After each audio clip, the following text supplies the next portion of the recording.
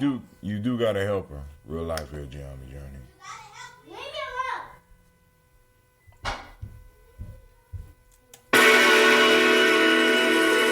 What I tell you about using that word, little girl? Real life here, Gye-Nyame Journey. Mr. Diddy.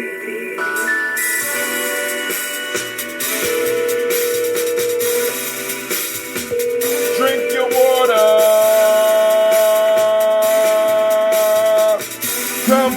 Come on, drink your water, but first, take your breath and drink some water. Take a breath and drink some water. Take your breath and drink some water. Take your breath.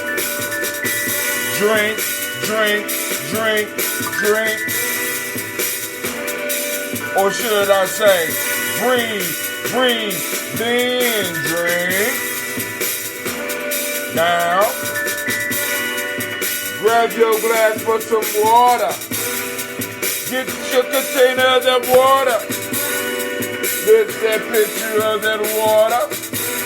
Simply pour some water.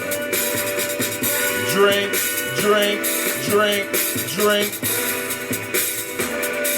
Or should I say, raise, pour, then drink. Now move your body and drink some water. Ouch. Move your body, drink some water. Move your body, drink some water. Family, move your body. Drink, drink, drink, drink. Or should I say, move, then drink. My wrist hurt. Now, raise your glass and toast your ancestors. Raise your glass and toast your ancestors. Raise your glass and toast your ancestors, fam. Just raise your glass. Drink, drink, drink, drink. Or should I say, raise, toast, then drink. Take your breath and drink some water. Lift and pour yourself some water. Move your body and drink some water. Raise your glass and toast your ancestors. Breathe, lift, move, toast. But to stay healthy, family, remember. Breathe, drink, eat, move. Drink half your weight in ounces. Eat a culturally appropriate diet. But hey, take a breath. Lift and pour. Move your body. Toast your ancestors. Drink up.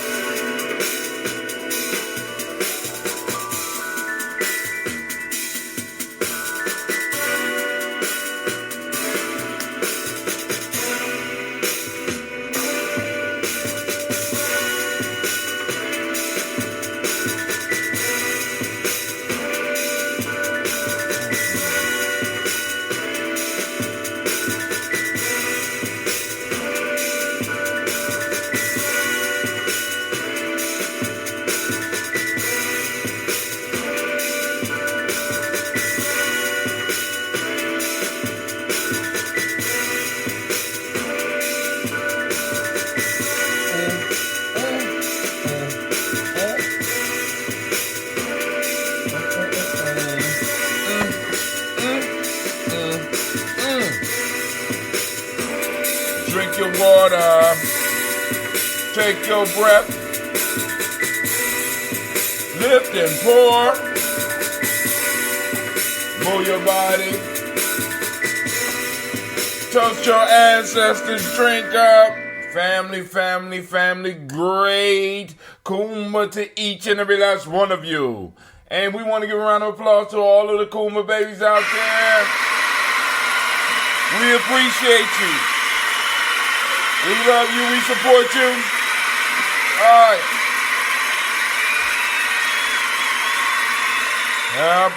Yep. You can hear the babies in the background. It's real life here, Gye-Nyame Journey. So I want to welcome you to this Kuumba's Toast and Talk It is time for Toast and Talk. What's up, Sasha Mosh? I'll take a bath first. Huh? I'll take a bath. Can you take a bath first? Mm-hmm. Yeah, go and take a bath. Oh, man. I thought I changed the title. Brother Mark was supposed to come on today, but he had to cancel because he having some issues. And I thought I changed the title. Oh, shit. All right, but Brother Mark Stevenson won't be joining us today. He will be coming on a later show. But we want to send out some energy to him anyway. Oh, man, the way he's supposed to go like that. Good grief. All right, so let me, and it's kind of too late to change it now unless I shut down Facebook and do it again. But I went in there and, well, you know, nowadays, I don't know what is what because I'm looking on, I don't know what is what. So I changed it on the Spreaker. Obviously, I didn't change it on the, but I think I did change it on the, but hey, who am I? Who am I? I'm just a wanderer in the world and shit and just amazed, literally amazed at some of the shit that be happening around me, right? So, but the goal today was to go on and introduce you to the Columbus ADOS chapter, at least from what, for at least my audience, to the ADOS, the audience, and Mark is the most qualified to do that at this point in time, but right now, brother is not able to do it. So we want to send him a round of applause because we will be hooking up soon.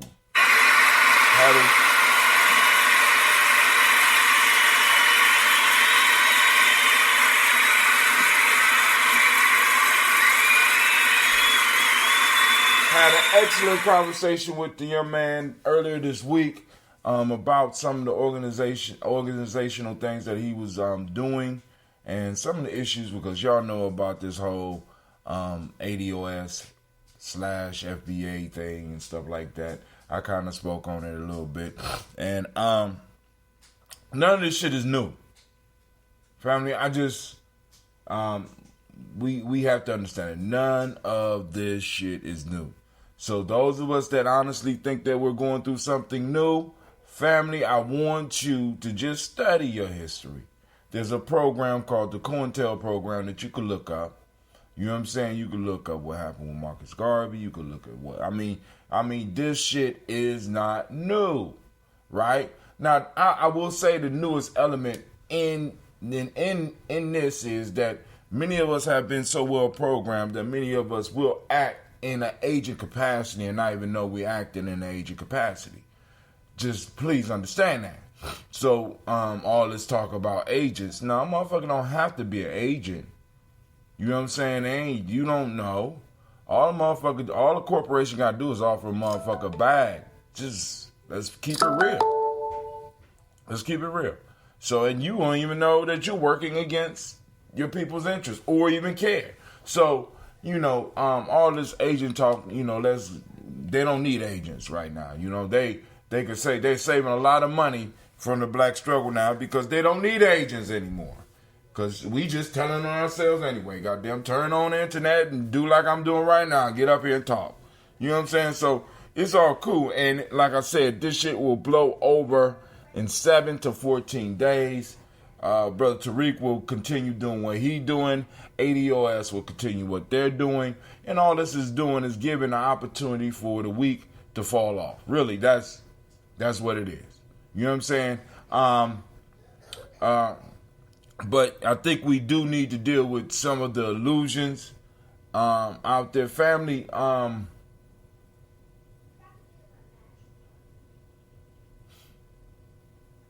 the truth of the matter is this. On both sides, let's be clear. The truth of the matter is, well, let me ask this. How do you organize something without some form of leadership?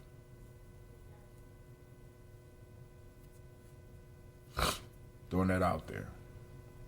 You know what I'm saying?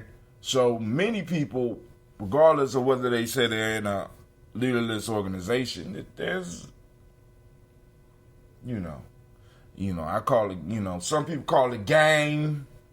I'm just telling you what it is. So please miss me with the bullshit about this whole leaderless shit, right? And another piece that, like, for example, in Gye-Nyame Journey, let me find my book. I gotta find my book. Hold on. If I got a copy of my book. I know I'm supposed to have a copy of my own damn book, but I'm trifling like that sometimes. I don't have a copy of my own damn book. In the Player's Pyramid. So, nope, that's not the book. That might be the book. Yep. All right. In the Player's Pyramid, this is a book about building your personal pyramid, which is basically a symbolic idea. You know what I'm saying? The pyramid could be anything that you want to build, a family, a business, a tribe, whatever, you know, and you use the principles as the building blocks. But to use these principles as building blocks, is some tools that you got to have. And I talk about these tools, and I want to read one of the tools to you. So, the last tool is have a mentor. Have a mentor or hero. Y'all hear my daughters up there fighting. Have a mentor or hero. The last tool that we will need is the ability to humble ourselves and get a mentor or a hero that we can aspire to be like. I know this can be damaging to some of our egos, but understanding that is good. We need to understand that there is always someone that may have done something similar to what we plan to accomplish. All we have to do is reach out to these people for advice, and they can help us avoid some of the pitfalls. These mentors or heroes can be alive or dead. If they are alive, we can reach out to them and ask them for advice, and even in some cases work with them for a while. In this case, the first thing that we must always remember, and listen to this, is that they are human. We must never put someone so high on a pedestal that when they fall, they die. We must keep in mind that human beings cannot live up to the visions that we have of them, so let us expect their shortcomings along with their achievements. If your hero or mentor is dead, so that then I go into the hero or mentor is dead. You can find them in the library, blah, blah, blah. But the point that I'm saying is, sometimes we do ourselves a disservice because we take individuals and we place them up so high that when something happens and they fall, in our eyes, they are shattered, they die, they are destroyed. And we have to be very clear about this whole business that we are in. We still fucking with human beings. We're still dealing with people with human frailties. So shit is gonna happen regardless. You know what I'm saying? I done been disappointed so many goddamn times, but I keep on doing what I'm doing because I'm not doing what I'm doing for them. I'm doing it for us. I'm doing it for we. Right? So I got to keep on going regardless of the frustration. And many people are now just being exposed to some of these frustrations. And I'm like, wow, I can dig it. You young, you young in this. I understand. You're going to get many more disappointments. Many more people revealing parts of themselves that you did not know existed. So embrace their achievements. You know what I'm saying? And also learn from their pitfall. Learn from their mistakes. Learn from the negative shit that they do and grow. Right? So I'm gonna move on from there. If people want to call in with some other stuff, they can. If not, we'll make it a short show. Cause I'm not going to hold y'all up and go into my personal stances on some of this shit unless some of y'all want to call in and pull that shit up out of me. Because I do have some personal gripes. Ain't even personal. Because I don't know none of the people that are involved in this whole FBA ADOS thing. I know the people that I deal with, right? And I understand I understand from a distance what's going on, at least, and I understand from my perspective, and it's only my perspective. And like I said, I would prefer that you would take the time to get your own perspective on it if you have some skin in the game. If you have skin in the game, I would love to hear you, right? But if you a spectator sitting on the sidelines, shut the fuck up. Cheer. Just stay up in the stands and cheer, because that's what a lot of motherfuckers do. Y'all spectators, then all of a sudden y'all want to jump in and do, you know what I'm saying? And family, there is no leaderless organizations. I'm just gonna say that. There is something in organization as leader, and some of y'all gonna be like, it's the code. But then once again, I go back and I ask the question, what is the fucking code? See, because if you don't define it, that means that any slick motherfucker can get up and change the code when they feel like it. What is the code? Where is it written? You know what I'm saying? Where is it written? You know what I'm saying? I mean, is there, you know, the nation is clear on their codes. There's, you know what I'm saying? There's do's and there's don'ts. And you violate those, and there's a consequence for that shit. But right now, a lot of y'all talking about I'm in a leaderless organization and I basically do what the fuck I want to do, and you know, if I feel like it, I do it. If I don't feel like it, I don't do it. That is not how you win. You know, one of the things I learned as a young fella out here in these streets. In these streets, you know what I'm saying? I learned in football. The first lessons. And it was supported throughout my life. This call is being recorded. Part of manhood is doing shit that is uncomfortable. Part of adulthood is doing shit that you don't necessarily want to do. So for us to all of a sudden get to a point in time to talk about, you know, let me just say this. What we're working towards, reparations, liberation, whatever you want to call it, this shit is uncomfortable. And it's going to make people around us uncomfortable. And sometimes we're going to have to get up, we're going to have to do shit that we don't want to do. When you are involved with something that claims to be a movement and you could do whatever the fuck you want to do when you want to do it, that's not real. That's some shit where you are. All right, go ahead. Is this Sister Kim from Wazadugu? What's up?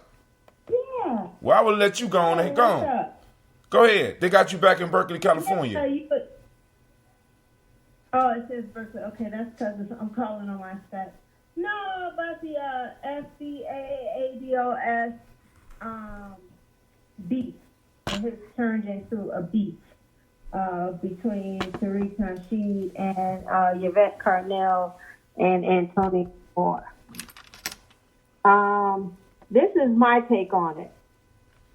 First of all, when I saw that Tariq Nasheed was having an FBA conference, immediately I began to think about his pettiness. You know, he is super petty. And I've seen him, you know, be very petty with Umar Johnson, Boyce Watkins, Roland Martin, and different YouTubers, random YouTubers. He has, you know, grilled them, literally grilled them. So, and he's very commercial minded. Yes. He's a movie maker. He Yes. has a sense of money. He has a nose for money. And so he's very commercial minded. If you notice, every time he does a big project, he makes a movie, he always does a fundraiser. Always. So he always gets the community involved. Right. As opposed to putting all his money. He never puts all the risk on himself. Never. He does that. And never. And once he does the movie, he if you listen to him, he'll talk about his investments. So he'll start going to travel. Like after he did 1804, he went and started talking about properties he was buying in Atlanta. And he does a lot of that. He likes to take his money and flip it. He also likes to take his money and do other projects like the Mink Slide, you know, the music and things like that. And he did a lot of that from the money he made from the movie. He takes it very fast and flips it into something else and to make. So he has a nose for money. And I'm not I'm not criticizing him whatsoever. And I listen to him, and I listen to the things that he says, and I take it for what it is. You know, I'm not a follower of anyone. I listen to them all. But I know he has a nose for money. He also understands the establishment in a different way than Antonio and Yvette understands the establishment. He kind of understands the dark side of America, in my opinion, more than Antonio and Yvette. He has done a lot dealing with, white supremacists. He's done a lot of research on them. He's done a lot of things with the dark side of stuff. So he understands the dark side of that. He claims to understand the street. I don't know how well he does. He claims to understand that. So he tries to understand the dark side of the establishment of American society a little bit more than I would say Antonio and Yvette claim to understand. So when I saw that conference, I saw somebody using it from a commercial standpoint, trying to see, how can I make money from this? Because Yvette and their conference they did, ADOS conference, wasn't very commercial. Right. So he saw that and said, they missed out on so many opportunities to make money. This is how you do this and make money. Mm-hmm. So that's how I see him do. I'm not saying negative or positive, but that's what I saw him doing. He's American. And I saw a little bit of his, yes, he is. And I saw a little bit of his pettiness, too, with the FBA, because I don't know if you remember, at one point, and he talked about certain dates. I don't remember the dates, but at one point he was using ADOS. Right. He had started using ADOS, and then some of his some of his Afrocentric people got to him, and then he changed it to go to the FBA, and he's been doing that ever since. He won't acknowledge that somebody talked to him, but in one of his videos, he did talk about somebody talking to him. And then he switched to this FBA, and so that's what he's been using. Right. And so when he made that switch, that started, to my opinion, started this problem. And we were going to get here one day anyway. I agree. And then he saw them, they did that conference. They didn't make no money out of that conference. He was like, you can make money out of this. I know how to do that. Yes, he does know how to do it. And that's what he's going about doing. But at the same time, what in my opinion, what Tariq Nasheed does not understand, he really doesn't understand the grassroots efforts, people who think like that really, because he's so focused on money. He's missing something. And his pettiness is going to trip him up this time. I believe his pettiness is going to trip him up this time, because this is not the time to be petty. And the people who are doing this grassroots-wise aren't the people who are even going to be entertained by this, and they don't want to be bothered with it. So I believe Tariq is making a mistake by not acknowledging defeat and moving on. That's my opinion. I know he won't do it because he's a very proud person, and that's not his MO. That's not how he rolls. But at some point, I think he's probably going to pivot and go in a different direction. I don't think he's going to stick with this, because I believe he does not. These are the kind of black people who are doing this. We're like granola of white people. And we're not going to change. We're not going to give up. We're very grassroots. And he just needs to acknowledge and let it go and move on. I think at some point, Tariq will pivot. And he won't accept defeat. Pivot. That's my opinion. I don't think. I think he's gonna push forward with I think he's gonna push forward with the conference, and I wish him. I mean, like I said, do your thing. You know what I'm saying? I just want. It's just hard for me to kind of accept some of the fuckery and some of the hustle and not say something. You know what I'm saying? Because people like, yeah, stuff like this need to be handled behind doors, but you can't. Everybody don't know everybody. You know what I'm saying? Everybody ain't chilling. You know what I'm saying? Just because individuals are on a similar platform, it doesn't mean that everybody knows everybody and shit. And it's like, my whole issue, not even with the whole conference, it's just with the whole. All right, it's so much shit. Let me just put it this way, and I'm waiting for Mark to come on so that we can kind of have a conversation and family can ask questions, because there's so much shit that's happening in the last week, far as ADOS, FBA, because it's almost as if ADOS, hashtag ADOS. See, and what's crazy is ADOS is not even a group. It's a hashtag. You have two individuals that came out and they, in a sense, marketed this hashtag or talked about this hashtag and put it out there. People latched onto it because it made sense. It had the data behind it, and you got groups in different cities. So now they're trying to say that it's this organization. When you got two people that's been educating and you got people up under them that's making stuff happen in the cities that they are in.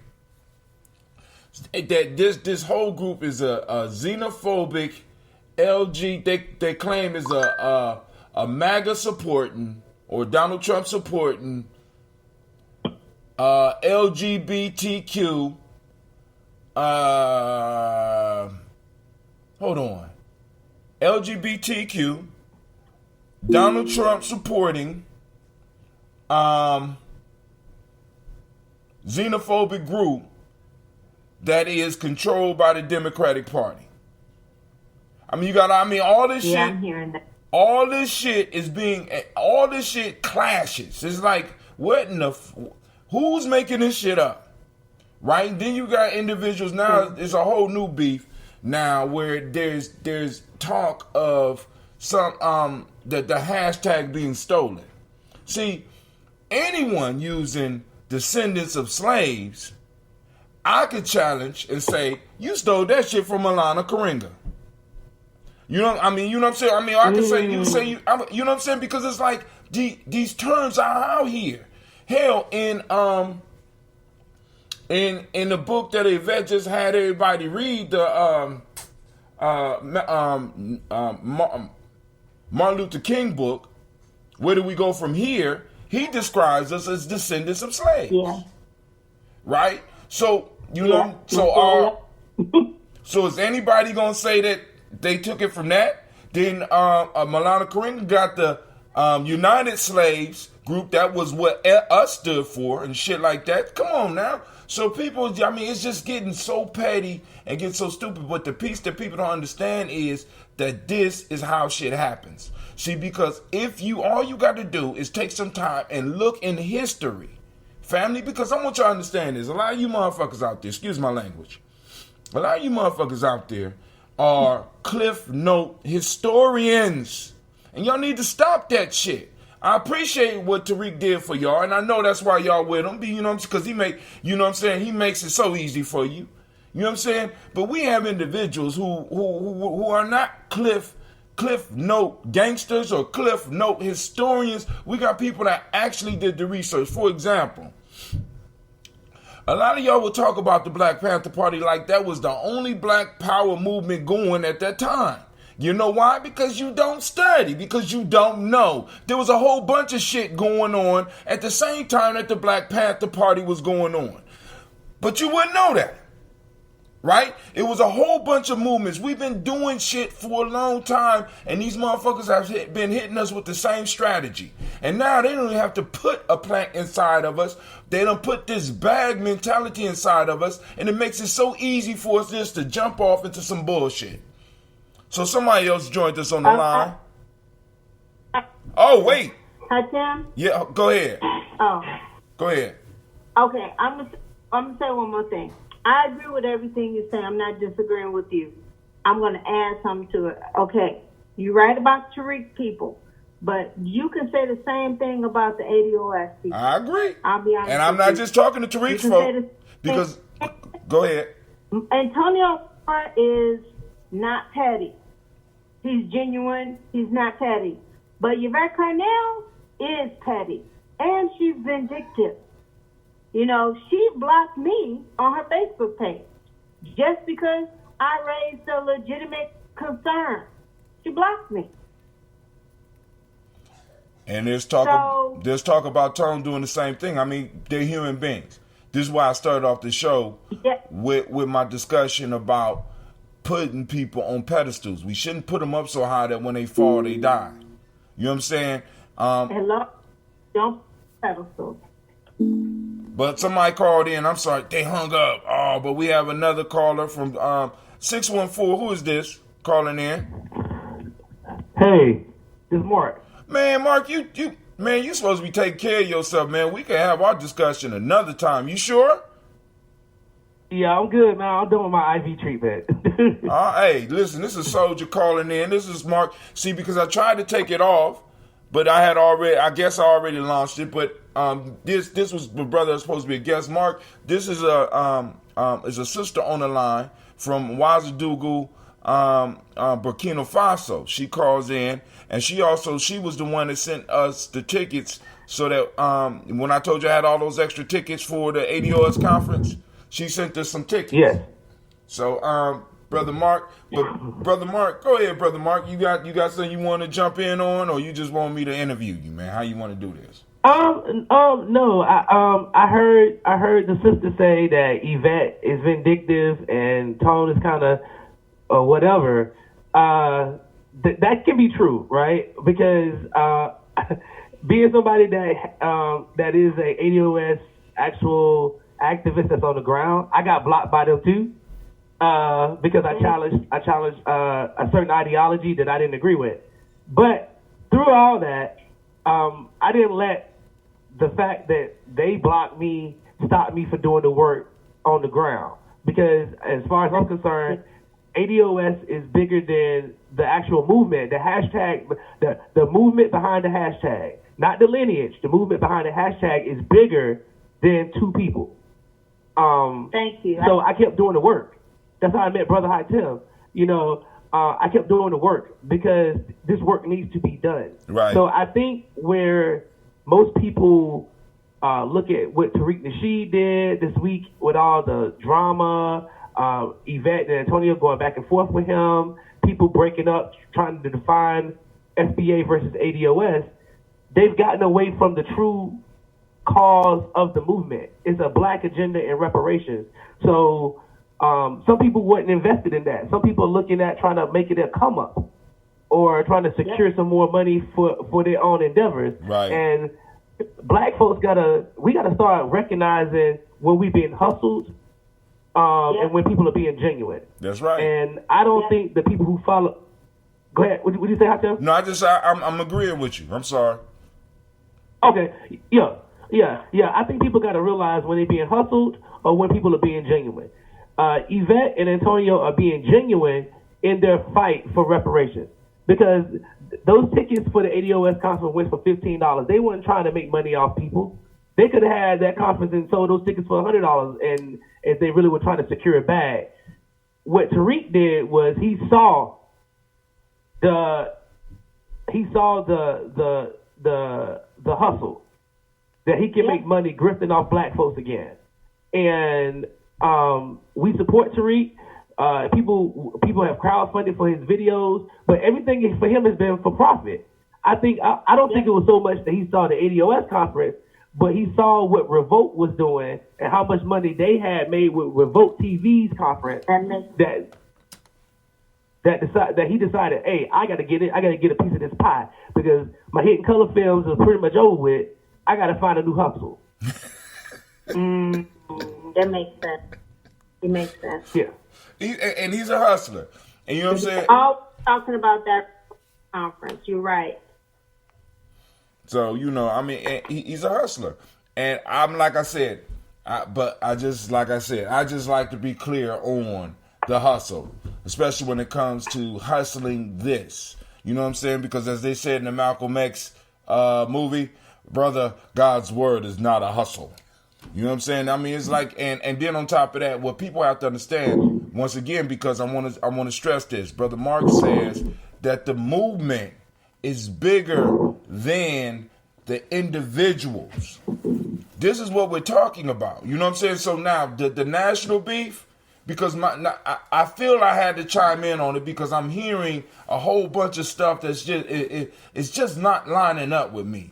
You understand what I'm saying? I mean, and it makes me uncomfortable. And I know because one of the things I've been screaming is skin in the game. So whenever I see somebody crowdfunding and then turn around and sell shit back to the people, that's not skin in the game. It's not really even your investment. You're taking the people's investment. And if people are cool with that, I can't have no argument about that. If that's what we do, that's what we do. But when it comes to this, and we're talking about reparations, and just because you're mad, the court case is bullshit, reparations is basically bullshit, we got to mix it up and we got to do all this. And listen, I understand pimp talk. That might blow up that tablet. And it won't fit anyway. The cord should be in the back. Excuse me, it's real life Gye-Nyame journey. No, you're right. That's true. And I like what Mark was saying. So I just think people need to keep in mind mainly the personalities that we have up front. And Tariq is a personality that you gotta see it for what it is. See him for who he is and look at his pattern and what he does. To me, what Tariq does very well is call out BS with the white supremacists. Now, when it comes to that, I listen to him because he really knows what he's talking about, in my opinion, when it comes to that area. When it comes to organizing and social stuff and community stuff, sometimes he knows what he's talking about, but sometimes not. Quite frankly, he really doesn't have a pulse for that. In my opinion, Yvette Carnell falls out with too many people at different times. She's very volatile. Now she's fine with Antonio Moore. They're BFF. How long will that last? But that's she's what falling out with so many people. But that's people though. You know what I'm saying? I mean, a lot of people are cantankerous. I agree with you. You know, and you asked a good question, but I mean they've been cool this long. So, I mean, it's cool. And she falls out. But like I said, once again, we can't put them up so high that when they fall, you know what I'm saying, there's no curve. Same thing with Tariq. You know what I'm saying? But like I said, even with all their stuff, we got to be able to look at them and always refer back to their humans, right? And be able to continue the work. Agree. Now, Mark, because one of the pieces I wanted to bring Mark on is because Mark is out here in these streets doing the work in Columbus. So with all this going on nationally, what are some of the things that you think that some of the local organizations, because like I said, ADOS is bigger than individuals. It's bigger than those two individuals. So what do you think other ADOS type organizations or ADOS organizations or tribes, because what do you think they should be focusing on in their cities right now? I tell you that they should be focusing on their local elections. They should be focusing on meeting with politicians, pushing policy for a black agenda. They should stay above the fray. I mean, I talked to the other chapter leaders the other night about this. Like, we cannot keep getting caught up in petty online Twitter beef because it derails progress. And I harken back to something that me and you talked about. We talked about the stubborn minority when we were traveling down to the ADOS conference. Right. And that is true. We have to be that stubborn minority. We cannot allow ourselves to be getting caught up in pettiness on a day-to-day basis, because that's what the whole white supremacy structure is based on. It's all based on deflection and distraction, destruction, and so if we stay above it and say, okay, Tariq is gonna do what he gonna do. he gonna be the petty monster, right? He just gonna be petty. He gonna try to dig up whatever he can dig up, just like this whole thing about us stealing the ADOS for the DOAS, whatever. He wasn't concerned about that when he was hashtagging ADOS, right? He wasn't concerned about any of this. And I for one, look at it as if... Stop. Wait. Well, now, so for those that don't know, the word is that hashtag ADOS was taken from a group that's been around for, I think, about 15 years called DOAS. Yeah. And the DOAS founder walked into a random ADOS meeting in California. Now, mind you, that this dude is in Kentucky. He got a small organization in Kentucky. He walks into a meeting in an ADOS meeting in LA. See, family, for me, I don't understand why Bells is not... Hold on, let me turn on my fuckery alarm. Hold on, fuckery alarm. Where you at? No, that's not... Fuckery alarm. The brother walks into an ADOS meeting in California. His organization is based in Kentucky. How the fuck did he get out there? It is not like this is a big money organization. How did he get out there, family? Come on now. I'm just saying, I'm just speculating, I'm asking questions. We thinking people here. Reason is what separates us from the animals. Please reason this out. But I'm sorry, Mark. Go on, continue on with because that shit is hilarious to me. But please, family, catch the hustle. It is. And when you and I discussed it the other day, it was hilarious then, like it's hilarious now. Like we have to look at this, and we have to know that people are going to try to attach themselves. Nobody was checking for ADOS besides like Talib Kweli and his minions calling us a white wing think tank that was getting money from a white nationalist or to discredit black politicians, right? Nobody cared about that. Nobody cared. It was we were Russian bots. We were paid whatever. Everybody was coming at us from that angle, but nobody could deny the data, right? Right. Now, the only thing that has changed, right? We had a successful conference. You and myself were down there. We saw the love that was coming in. The people were just like, it was like a big family reunion. We come out of the conference. The only thing that changes with what we're doing is the New York Times article comes out and solidifies ADOS as a real movement. All of a sudden now we got people coming out of the woodworks. Yeah, I was talking about reparations back in 1980. Like, okay, where the hell have you been?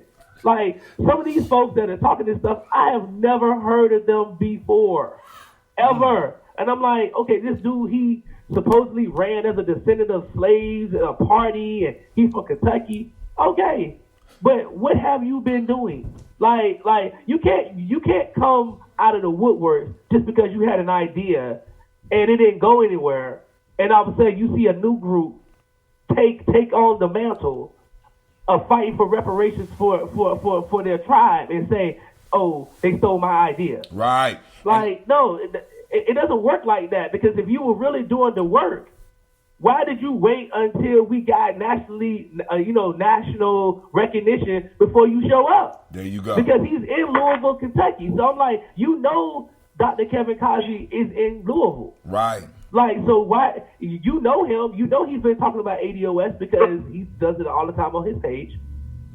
He's had you at his church.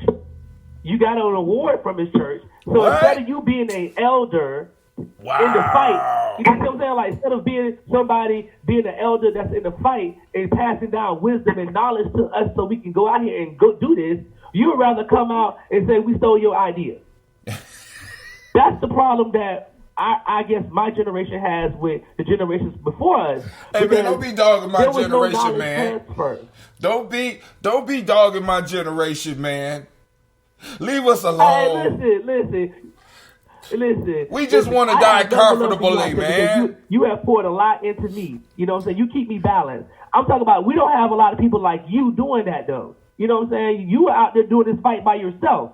So you had nobody to pour into. now you have people to pour into. It makes it all better. But I'm talking about these guys who just coming out of the woodworks. Like you said, how you showing up in Los Angeles? In Los Angeles, of all places. And we know the poverty. We know the poverty rate in Kentucky. I'm just saying. You know what I'm saying? You got enough money to show up at a random ADOS meeting when the goddamn conference was right in your home city? What? Now hold on. Didn't show up at all. Didn't show. Well, we can't say that because we don't know, because he could have been there. We don't know. You understand what I'm saying? Now, unless he said that, we don't know whether he was there or not. But the point is, when you start getting shit like this, and now, like I said, this is the whole pettiness piece, and this is where it drops into Facebook, YouTube, Twitter beef, and shit like that, and national peace, and it's entertaining. You know what I'm saying? But I'm so glad that there are people like yourself that are still doing the work. Because while this shit was going on, my man and the ADOS crew in Columbus was down at the early voter registration place getting the work in. You understand what I'm saying? There's meetings being set up now. And he could talk about that if he want to talk about that now. But also I got some other questions that I want to ask him because, family, listen. This whole ADOS thing, once again, it's bigger than all this shit. It's bigger than, because like I said, and even those brothers and sisters out there that's FBA, please don't, I want y'all to understand what I'm saying. I want you to be deeper than a cliff note, whether you ADOS or whether you FBA. There is research that you need to do if you want to get involved with this beat. Please understand what you're doing. You know what I'm saying? Please understand what's going on. Because the same exact thing that's happening now is what, in a sense, happened to the Black Panther Party. For those of you that are in Columbus, it's the same thing that happened to the Afro sect.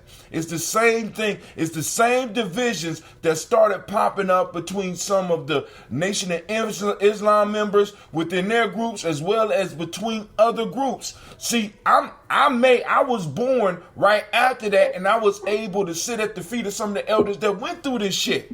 So not only have I had to read about it, I had to hear about it, and I had to have individuals hand me their goddamn epic. This is my FBI file after I was able to get it. And I had to just wonder how this elder was able to deal with all these people around him whose name was blacked out that he knew had betrayed him. Family, please understand. This is a lot bigger than a lot of y'all think. Y'all, it's fun to watch up here. But what I'm saying is, what we're watching a splintering of something that is so small that now it's going to be easier for it to be extinguished if they do want to extinguish it. And we're going to allow the pettiness to... Go ahead. I just want to say that, yes, you're right, that could happen, but at the same time, I believe that at this point in time, FBA, ADOS, if you talk to them, find out they basically believe the same thing. They have the same beliefs. I believe so, because I don't see any difference in their beliefs. So I think the splintering is almost like splintering in name only. Right now, these organizations haven't even really gotten off the ground yet. They're just being formed. So I think if there's a splintering now, I'd rather have it now than later when you have established organizations and more resources put into it. So that for me, I'm still more optimistic, and I don't see this as changing a whole lot. Because the people we talking about, Tariq is Tariq. He was going to do this no matter what. Exactly. Because this is how he functions. He's, this is him. Yvette saying, you don't know what direction she's going to go because she's volatile. Okay? Well, she already spoke. She already spoke on which direction she'll go. So it's cool. But like I said, those on the local level gonna keep on No, building. but I mean, thinking in terms of her and Antonio. Like, to be honest, even her and Antonio, now they're really tight now, but she was passing Irony before. And then her and she was with Boyce Watkins, and her and Irony went and started a show. And then I used to watch her and Irony. She was very rude to Irony on that show. And there was something that happened behind the scenes, and then he started doing his own show. She didn't have a show for a while, and then Antonio helped her to get her show back. Now I want to say this: Irony was at the conference. I know he was. He said he went. He was going, and he said, "I'm going." They never said what happened. Right. He never said what happened. She never said what happened. But I know if you watch those shows when Yvette and Irony were together, she would talk to him in a very demeaning way. She did that several times in the show. And they did that show in his house, in his basement. Because he lives in Georgia also. Right. And then when he decided to do his own show, she didn't have a show for a while. And then Antonio helped her to get her show back up and running. And that's when she got her show back up and running. So all I'm saying is this is a pattern. I'm talking about looking at a pattern. Yvette has a pattern of falling out with people. Everybody she's worked with, she has fallen out with them.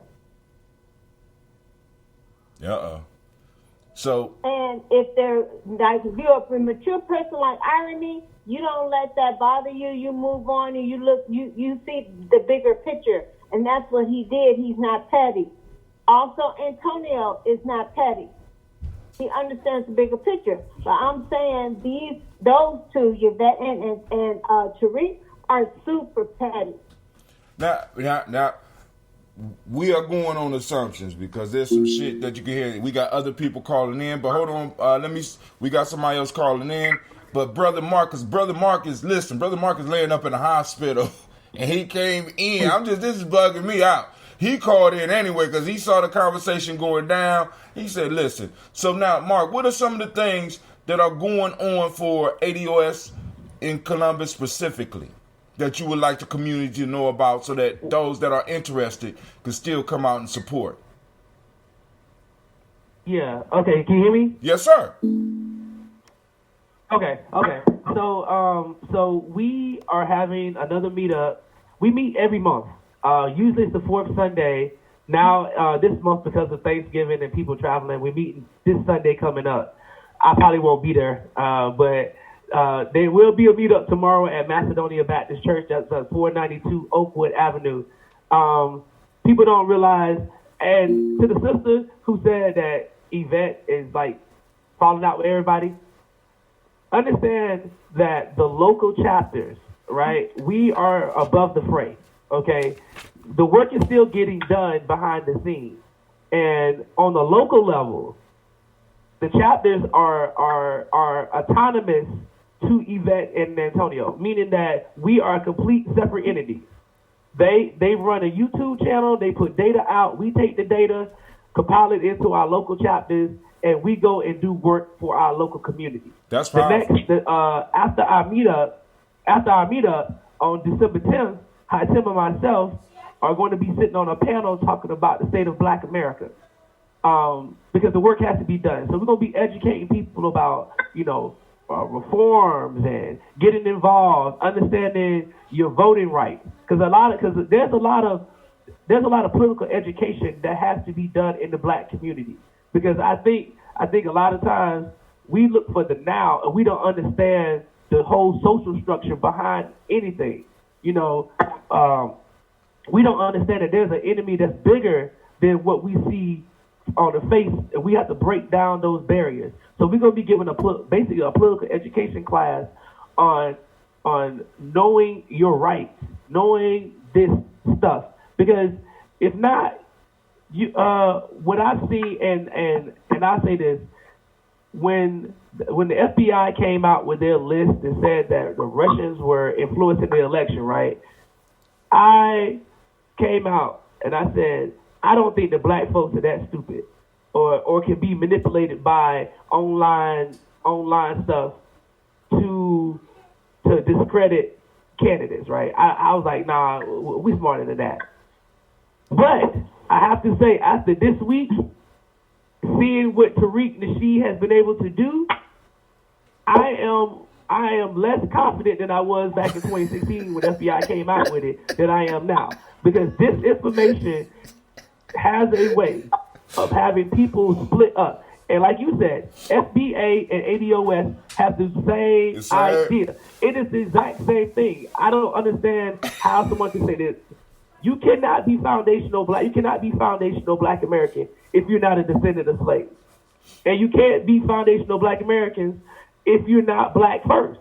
So I don't understand why people want to put themselves in different designations when we're fighting for the exact same thing. If reparations and a black agenda is what you want, then it doesn't matter. It doesn't matter. It doesn't matter. It doesn't matter what's going on. But when people are trying to destroy a movement, then that means that they were never down with it in the first place. They're looking at it from a financial gain perspective, and they don't care about black people. It's a business. Because there's a lot of work to be done. If Tariq Nasheed wanted to have his FBA conference and he wanted to do it for the culture and do all this other stuff, that's fine. Because his culture stuff has nothing to do with policy.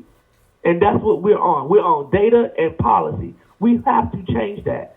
And so people, I don't understand how people can come into the movement who can put ADOS in there as a hashtag on their pages and not know that ADOS was doing politics. Because from day one, this has always been a political movement. It has always been a social and political movement. It has always been about fighting for a black agenda. Now, how can you fight for a black agenda if you're not doing politics? Well, now that's the part that I don't understand. How could you? So, on the local level, we are doing the black agenda. With ADOS Columbus, we have our own website. We have our own mission statement. What's the website? Exactly what we're fighting for in Columbus. Say the website. And anybody can go look at it. They can go check out ADOSColumbus.org, check out our mission statement, and see what we're doing. Because it's important that we put it in that context so people can understand that I'm not worried about Tariq Nasheed and Yvette and Antonio getting into it. I'm not worried about that. Like I told you earlier, I was blocked by both of them. Both of them had me blocked on Twitter. But that didn't stop me from doing the work. That didn't stop me from going to that didn't stop me from going to Louisville with Hytel. That didn't stop any of that. Because the work has to be done. And I think the calling, I guess I'd say the mission is bigger than two individuals. You know what I'm saying? It's bigger than two individuals. It's bigger than me. It's actually bigger than me. So I have to do what's right for my tribe here in Columbus and stay above what's going on nationally with a Twitter beef. You know what I'm saying? To me, that's a distraction. And I let them handle that. I'm not getting caught up in that because I don't know enough, you know what I'm saying, about what's going on. And I can only assume based on what I see. But I think that it could have been handled differently. Excuse me. Because but I also think that Tariq saw it as a money grab. You know, because he started, on his IG, he said, I was the one that got ADOS popping. So he wants credit for something that he didn't start. To me, that's grifting. You know, he was the one that got it popping. I got people looking at ADOS.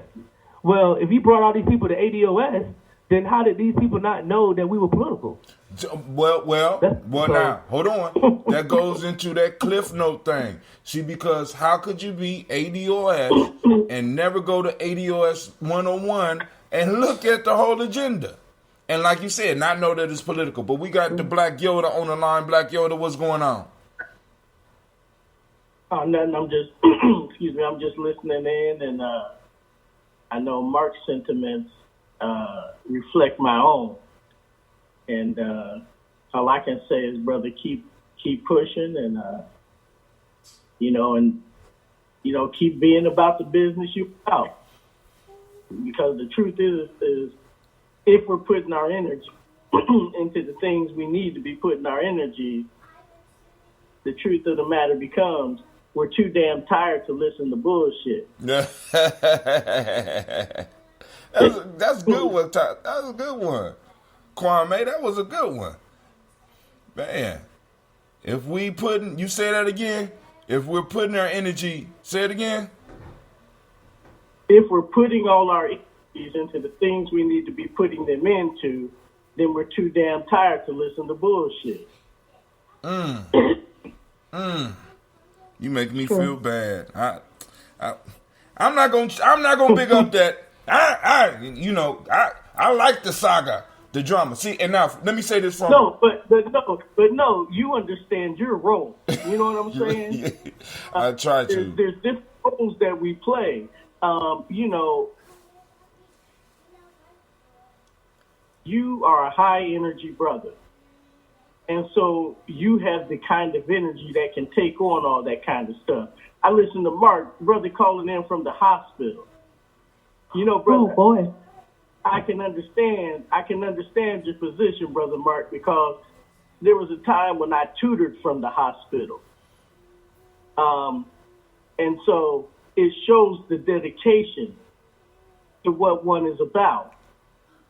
And the truth of the matter is that Brother Mark, yes. You don't. The question is rhetorical. You can answer it if you want to, but what put you in the hospital, bro? Man, let me tell you, I don't know what put me here. I guess because the weather is changing. Like I got the flu and strep throat. You know what I'm saying? So I'm actually quarantined in this hospital because I'm the first confirmed case in Columbus. I'm the first confirmed case in Columbus this flu season. But I can say that over the last 3 weeks, I've been outside every single day, knocking on doors, canvassing the area, trying to get black folks to go vote for certain candidates so we can shift the politics in Columbus. I was out in the rain, so I'm pretty sure the elements got a hold of me and maybe the ancestors was like, okay, brother, you need to sit your ass down some, and get some rest. And they do that hard, too. So you put you down for a little bit. But I'm sitting here with an IV right now. You know what I'm saying? The IV in my arm. IV dripping my arm right now. So. Wow. So I hope you get well soon. Oh, yeah, hey, we're going to pour these libations. You're going to be cool. But we just heard what Brother Mark said. Now, all the stuff he's been doing over these last number of weeks, and look where he's at now. Does this brother really have time to listen to bullshit? And to actually to try to internalize that mess? Hell no. And that's the mindset I'm of. I listen to a lot of stuff lately, and I'm just not having it. I ain't got time for it. And I know I don't have the energy for it like Brother Hatem. So, I'm drinking my ambrosia. That's a little quick marketing, right? Yeah. Ambrosia, that cool, refreshing drink. Go ahead. That drink of immortality. We're going to have to get Mark some. But no. Hi, Tim. Yes, ma'am. Yeah, put my order in, bro. I got you. I'm going to get the honey today. Sister Kim, go ahead. You call me. No, I just wanted to tell Mark something. Because, Mark, I live in Africa, but before I moved to Africa, I was in the United States, and I actually got that H1N1 virus, and I ended up being on quarantine. I was in quarantine for like a week. Hello? Yeah, y'all hear? Yeah, I'm quarantined now. I was quarantined for a week, and then after that, I went to a sister who's a holistic doctor because I was like, I keep getting sick, and then I got that, and it was just ridiculous. So I went to a holistic doctor, and she put me on this diet to build my immune system up. She put me on a diet where I could only eat vegetables for 6 weeks. no fruit, no sugar, only water and vegetables. No carbs, no meat for 6 weeks. And to build up my immune system. And I had gotten so sick from that H1N1, I did it.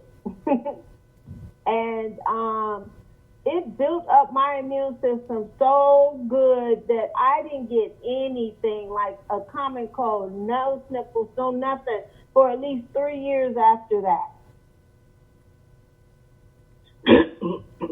That's good. Hey, I'm probably gonna have to find something too. Cause I don't like feeling like this, Brother Mark. Yeah. Wait If you can do it. But it was really difficult. But I was in such a horrible state. I did it, and it really made a difference. No sugar at all. Only vegetables. The only sugar you get is from eating raw vegetables, and that's what I did. You could eat cooked vegetables, but that's all I did was eat vegetables for 6 weeks and water. Mark, a Southern boy, he got quiet. He thank you for that. he a Southern dude. He like, no sugar. You got quiet, but hey, exactly. Like no sugar, like shit. No meat. That means something like, oh God. You can do the soup. Now. No apple, no wine. Now the no reason. Beer, no alcohol, because alcohol becomes a sugar. Right. No ambrosia. Wow. Water and vegetables. How you gonna call all the way from Africa and kill it? But seriously, sugars feed a lot of these viruses, a lot of these diseases that we get. So what she was doing was she was getting Sister Kim to clean out all the sugars. Now, if you're not a person that don't get sick a lot, and this is like a rarity for you, you can look into the African heritage diet and add more vegetables to your diet and change some of your regimens so that you. Yeah, go ahead. I'm sorry. Talk about the fermented foods. Oh man, the fermented foods, man. Oh my God. Listen. As far as most of us we do the sauerkraut thing. But there are other fermented vegetables that we can have. But, hell, if you ain't all into that, then sauerkraut is the one of the easiest ones. And you can make that yourself. That's most and in most cases, if you get the sauerkraut from the store, the stuff that you need in it is not there. So it's easier to kind of just make some of that stuff yourself. Fermented carrots, fermented tomatoes, fermented cabbage, which is you can ferment them about any vegetable, and what that does, it breaks it down and makes it easier for your body to digest. So also it becomes a little bit more nutrient dense for you. You know what I'm saying? But this is not the health show. This is the ADOS show. But actually, it is ADOS because one of the things that's attacking our community is the whole health piece. You understand? Mark, going back to Columbus ADOS. So now, is there a number or something that now people? I do have the website up on the site. I'm going to go back and make sure that it's on all of the stations so that if you want to click it to get more information about ADOS Columbus, I would suggest it. What type of help would you need from the family out there that might be listening? What type of help would ADOS Columbus need? Because family, I want y'all to understand, we got several tribes in Columbus that are working on taking over Columbus within the next 20 years, maybe even sooner than that. And family, a lot of y'all might be like, that's impossible. But family, this whole stubborn minority thing has changed my mind about a lot of things. Because I want y'all to understand this. The whole Republican Party was co-opted by a group called the Tea Party, who was nothing but 2 to 3% of the Republicans. And now those same individuals that did that are now running a lot of the stuff that you see right now. It's always a stubborn minority, and we got that with us right now. You know what I'm saying? So if we start putting those tactics in place, we can start putting people in office and putting people in positions to really do some things and set an example around this country. So, Brother Mark, what type of help do you need from the family out here? Well, I honestly, right now, I would say to the family, we got to get mobilized and active on the ground. Meaning, we have to show up in situations where we normally don't show up at. Next week, they're having a town hall at East High School on the 21st at 6 p.m. That town hall is for the two finalists for the Columbus City Police Department. It's a time for them to sit down and take questions from the community. Now, the white dude that's running, that's up for the job. He's already on this. He's the interim police chief right now, Quinlan. His name is Quinlan. The other day he was showing up his support because he showed up at an NAACP event. Now, the other guy that's running, he's a black guy, ADOS guy. He's out of Seattle, Washington. He's coming down because he's a finalist. But his idea about the police department runs counter narrative to what's going on in Columbus right now, because he's about holding policemen accountable. So we gotta get in that space to see what's going on, because part of a black agenda is making sure that our young black boys are not being systematically targeted through racial based stop and frisk tactics. Because we already know that we hypersensitive to police officers anyway. So we gotta watch our young brothers as they're engaging with the police, because they can find themselves getting caught up or either being killed, and there's no accountability to the police department. So I know if God's willing, when I ain't in the hospital on the 21st, I'll be out there back doing what I'm doing, because I think that's important. So if people can show up to that event, we have to make the local politics important to us. We just can't be, as black folks, we can't just be focused on the national stuff, because that stuff don't really, it affects us some, but it's not our day-to-day life that's getting affected by it. It's the policies that are happening on the local level that are affecting us. So we got to get more engaged in the local politics, because to me, politics is local. If we take over Columbus politics, then we take over the state politics. We take on the state politics, then we take on the national politics. But we got to start at home first, and we just can't be blindly going to the polls voting for people just because they say they're a Democrat. Like we can't continue to do that, because we may quite possibly be voting against our own interests and don't even realize it. Now, one of the pieces I wanted to cover with you. One of the pieces I wanted to cover with you, and also I want to ask, because you said I want to explore a little bit about politics being local and how having some type of control in your city can benefit you, because I want to break this down so that in this conversation, and I know that you could do that, but also there is a question about voting down ballot, because at the ADOS conference we were instructed that if we don't, like for example on the national election, if there is no if there is no politician or a Democratic politician that is going to talk about the black agenda and take reparations seriously, we are to vote down ballot. Now, there is a beef about the whole down ballot question right now. Can you explain what the down ballot means? And also, what does it mean for us in Columbus? All right, can you run with that? Yeah, I can. So the whole idea behind the down ballot is to basically abstain from the presidential election. Like, don't vote in it unless the candidate comes out with the black agenda. So we will pay attention to everything that's local, meaning your city council, your school boards, your judges. We will vote we will vote in those things because those things are supposed to matter. But if you do not see a candidate, and this is where political education comes in at. If you don't see a candidate that aligns with things that you believe in and their agenda, then in that block where they are at, you write in ADOS.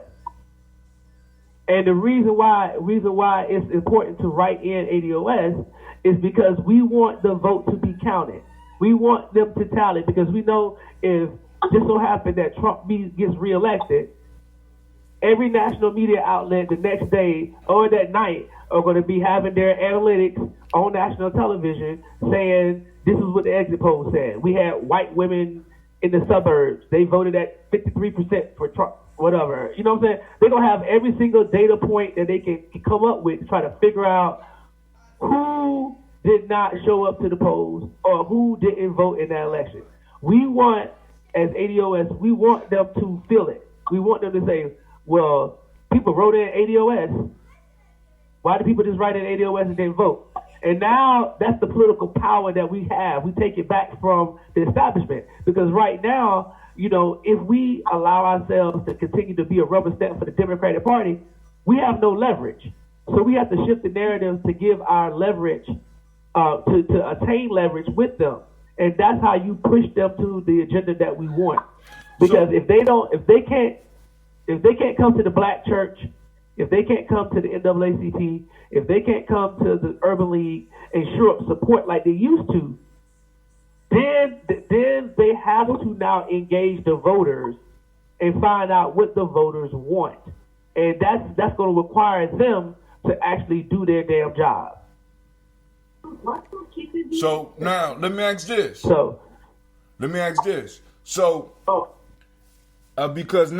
part of the issue, Tone came out and said we're going to vote down ballot Democrat. What's the issue with that? Yes. Be clear on that. So, because family, I want y'all to listen to this answer. Because this is why I roll with this dude. Go ahead. Okay.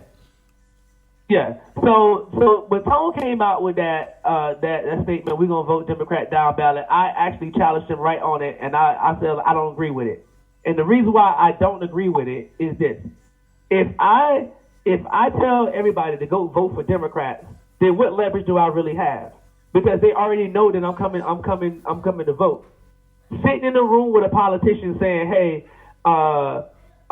we want you to do this X, Y, and Z," and then turn around and say, "Well, you know, I'm gonna vote for you anyway."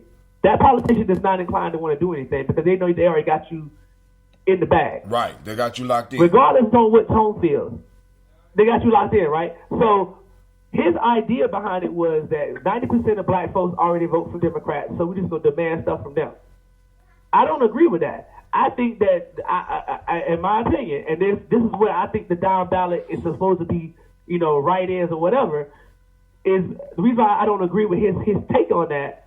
And I'll say I told him I didn't agree with it. I actually had a conversation with him when I told him I didn't agree with it. And that's not what I'm going to be pushing here in Columbus because you have no leverage with that.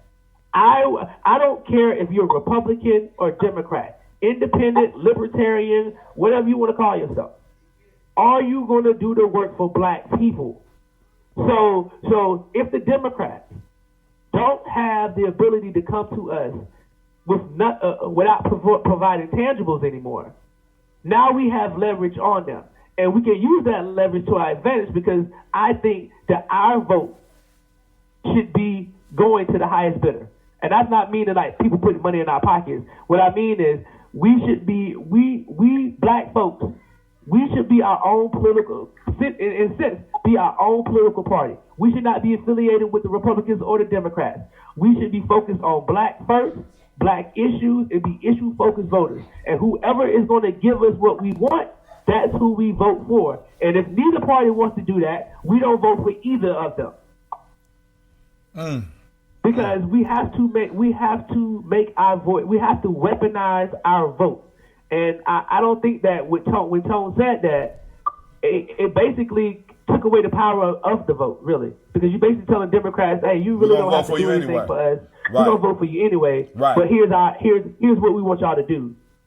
Like it's kind of like a contradiction in a sense. Right. It weakens. Can't demand something. Right.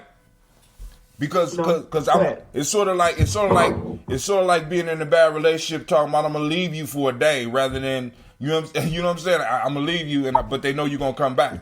You know, so what you're saying is opening up the field so that we can, like I said, because politics is about what you could get for your community, see, and family. This is why I keep on telling us we got to get out of this. We're not the Jesus of humanity.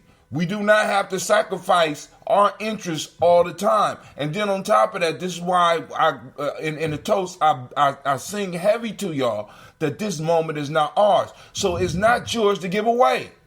We cannot be giving up any more ground because we got children that are coming up. And if we look at the numbers, it's not looking good for us. So we need to be able to hold on to our votes. We need to be able to get out here to our cousins and our cousins' friends and letting them know, listen, you need to register. I don't need nothing else from you and shit, but you need to get your ass out here and vote. You know what I'm saying? If I heard correctly, it sounds almost like what was being proposed was limiting one's ability to negotiate. Because if you restrict me to only talking to one person as such, rather than two with whom, I can talk to each individually and negotiate, then that's limiting what the hell I can accomplish. There you go. There you go. Exactly. Yep. And to piggyback on what you just said, the reason why I don't agree with it is because in Indianapolis, right, we have an ADOS in Indianapolis, right? Those brothers over there, their brothers and sisters, been doing the work, right? They have a Democratic mayor candidate and a Republican mayor candidate. Guess who got the black agenda? The Republican. Just take a wild guess. The Republican. I ain't The got no Republican. guess. The Republican mayor has a full-fledged black agenda in his actual agenda, like on his website, a full-fledged black agenda that specifically, here's the thing now, was crazy. He changed the language because ADOS went to him and was like, this ain't gonna work for us. If you want to have a black agenda, it needs to say descendants of slaves. His people went in and changed the language so it could target those people, and it has every single tangible from ADOS 101 in the agenda. So how can you sit up there and tell those people over in Indianapolis when there's a Republican mayor saying, "Hey, I'm going to increase the access to SBA loans for black folks to about 15%. I'm going to ensure that y'all have the ability to get home loans and housing assistance through different programs that the city has. I'm gonna make sure that your police department reflects the population." These are the things that is in his agenda. So how can you sit up there and tell them that they got to go vote for the Democratic mayor where he ain't got a black agenda at all? See what I'm saying? Right. So that's why I don't agree with the vote for Democrat no matter what stuff. Because I don't. And here's my thing. And I'm not a Republican, so I'm gonna put that out there right now. I'm an independent. So I swing both ways. If we have never engaged the Republican Party to see what we can get from them, how do we know that they're not on board with what we want? And because the chances are, if we negotiate, then that gives us more leverage. Because now they'll see, oh shoot. Because the one thing that pissed me off with the Congressional Black Caucus, right, when Trump got first elected, they decided that they declined to meet with him to negotiate on behalf of black people. That was stupid. That is what pissed me off. That was stupid. As soon as he got elected, they declined to meet with him. So you telling me already that you're not even looking out for my best interest if you're not trying to work with the president, regardless of political affiliation. Like, you're not even trying to work for the people that put you in office. You're partisan. So you're not willing to do the work. So for me, you need to go. Because we didn't put you in Washington, D.C. to be some partisan hack. We put you in Washington, D.C. to fight for black folks. Right? Welcome back, Sister Kill. Somebody say something? That was Sister Kill. She said she yelled right. her line goes in and out because she called in from Africa. So she's not crazy. She just trying to. Hello? Go ahead. But so that's what I think. I think that people got to realize that, and black folks got to realize that. Like, if you keep doing the same thing over and over, expecting a different result, that's the definition of insanity. So, at what point are we gonna come off stop being insane and realize that that we need to be negotiating? We should be for our tribe and our tribe only. We don't have no permanent friends. We have no permanent enemies. All we have are permanent interests, and that's what we need to be fighting for. Don't align with a party. Fight. Go out here and negotiate and find out who is best for what we want. If the Republicans give it to us, good on them. If the Democrats give it to us, good on them too. But if we don't even engage the political process on both sides, then I think that we're selling ourselves short. And we'll be right here 10 years from now. It'll be 9 years from now. It'll be 2028, and we'll still be sitting around like, what are we doing? What are we doing? You know, because truth be told, black folks, we no better off since LBJ signed the Civil Rights Act. We're no better off in anything statistically as far as education, financial prosperity, infant mortality, anything. We're actually below everything that they were back in 1964 to 1968. We got to understand that. Not if you listen to some of the people, because I was listening to a radio show the other day where this sister was going off because Andrew Yang was talking about by 2053, most black people not have wealth. She said, well, 74% of us are not in poverty. Fam, let me understand. Please understand. This is why you got to understand the talking points. And this is why you got to study. Because when they calculate poverty, they're not including wealth. So you have a bunch of people that are above poverty, but have absolutely no cushion to fall on if everything goes wrong. Exactly. People don't understand. No, bro, not if everything goes wrong. If one or two, let's say that's true. You're right. House, you get a major mess with your house or a major car issue. So that's enough to send you below poverty. Below poverty. See, and this is what we don't get. They playing word games with us, and we got to stop. And what Brother Mark is saying is we are in a game, and we need to go on and start realizing what side we on. We're not Republicans. We can't afford to be lifelong Republicans and lifelong Democrats. Because please understand, when black folks came into politics in America, please understand we came in astute. We were Republicans first. Why? Because Republicans delivered tangibles to us, as people want to say right now. And then we became Democrats. Why? Because the Democrats delivered tangibles. But then all of a sudden, we done fell into a sleep where we think that we was always, and we always, no, we have always looked out for our interests until this brainwashing that we have went through for the last 60 years or so. I don't know what the hell happened, but something went. I got a long theory, but it'll take longer than I got to go, and I'm sharing the mic today. But we got an in-depth analysis of what happened, but something happened where we started thinking that we were supposed to align with party rather than tribe, rather than family. No. Democrats don't give a fuck about you. Republicans don't give a fuck about you. They want to use you for what you are able to give them at that time, and then they'll cast you to the side. And what we're saying is ADOS or FBA or Conscious Black or whatever, we're saying that day is done. We will give you nothing if you give us nothing. I'm sorry, Mark, but sis want to say something. Go ahead, Kim, because her line goes in and out. So when she get a chance to talk, I try to let her go. But her line is.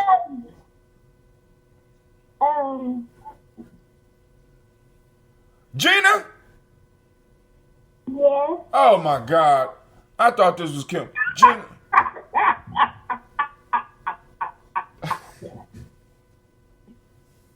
Gina, you got something you want to say? Since you got something you want to say?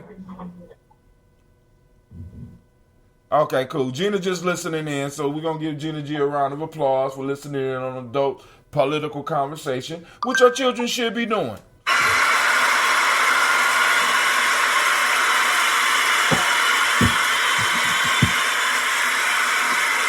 right, Brother Mark, it's back on you. I mean to break in, man. Go ahead. I'm sorry.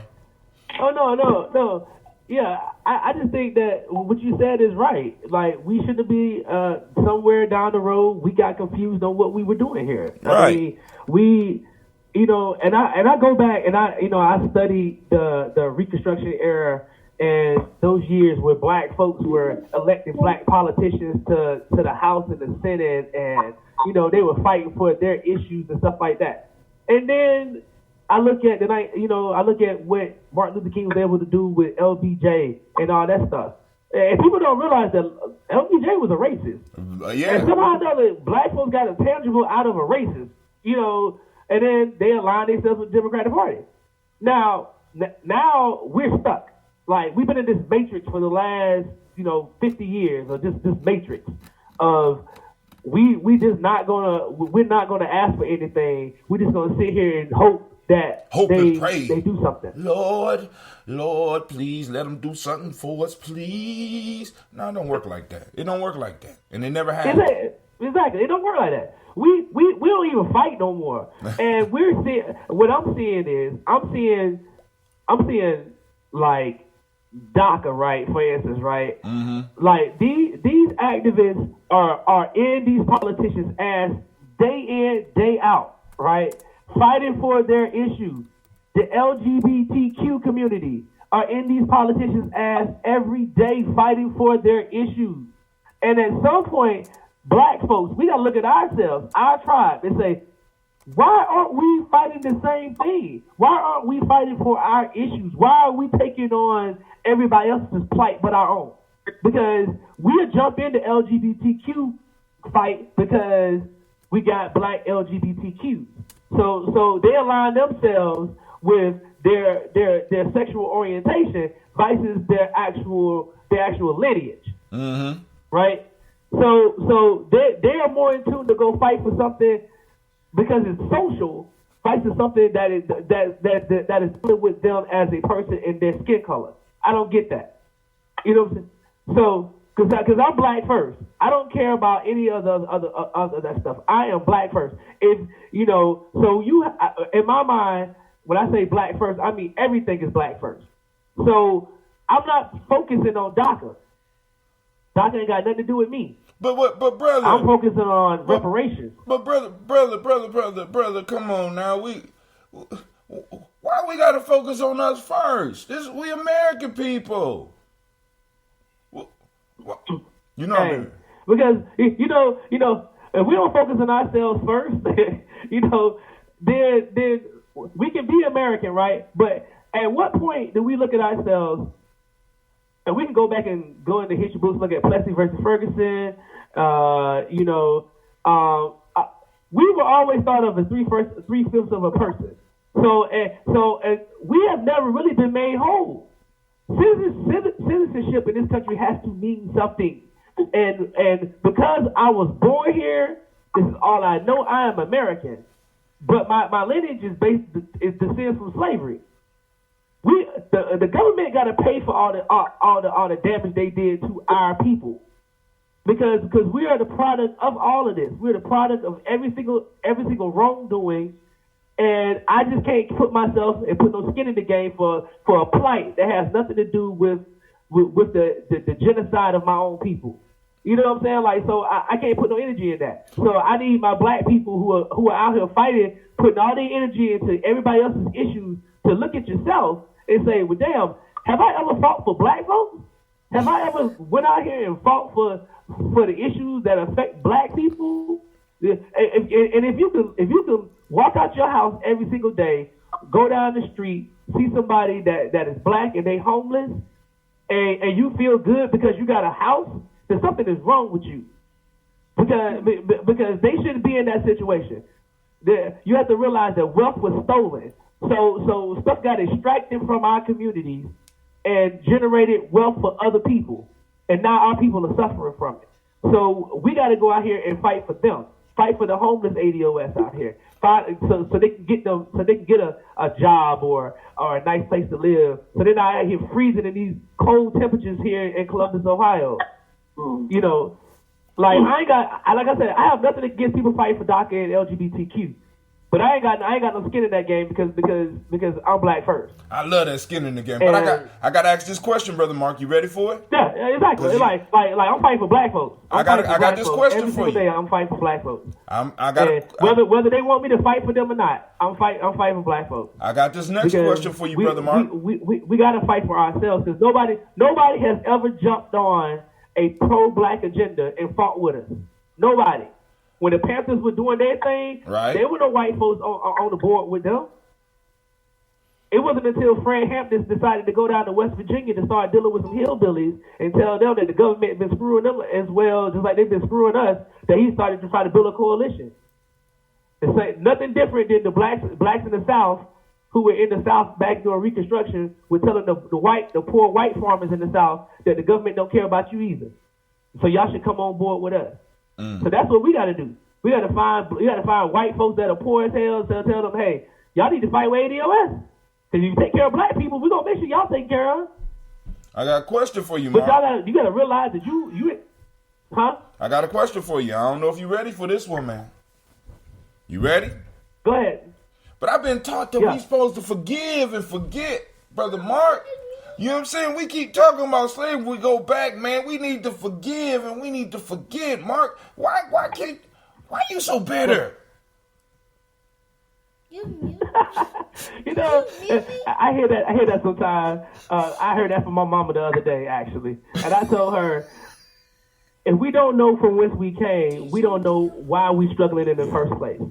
So the history of this country has never been told the way it's supposed to have been told. The history of this country has always been told from the lens of white folks. It's always been told that way. They will have you believing that slavery was not a bad thing, that there was some good slave masters. Look at the movie Harriet Tubman that just came out. The whole premise was the slave master was a good guy. And the black dude, the black bounty hunter was a bad dude. You mean it wasn't like that, Brother Mark? It wasn't like that for real? No. You know, I did the slavery tour. Back like 2 years ago, I took a slavery tour down in South Carolina on a plantation. And now that I look at it, I shouldn't even gave these people my damn money because they're making money off the backs of slave labor. But at that point, I wasn't as woke as I am now, so I did the slavery tour. And what I realized was, as I was down there, they made every point to show that slaves had good conditions. Where they didn't look at the chattelness, the chattel part of people being property.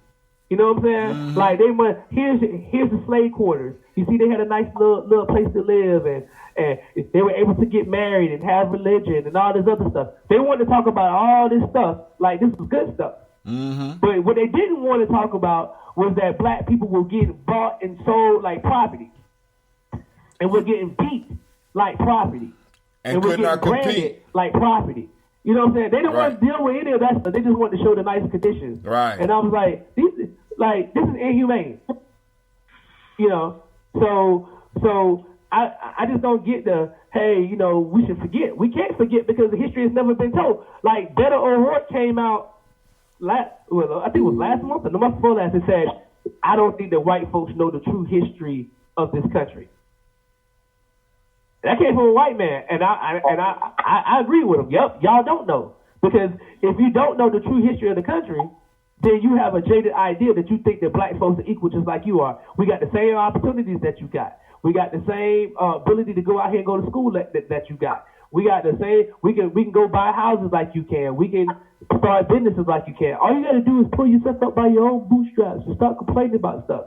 That stuff is irrelevant because we know as black folks that is not how it is.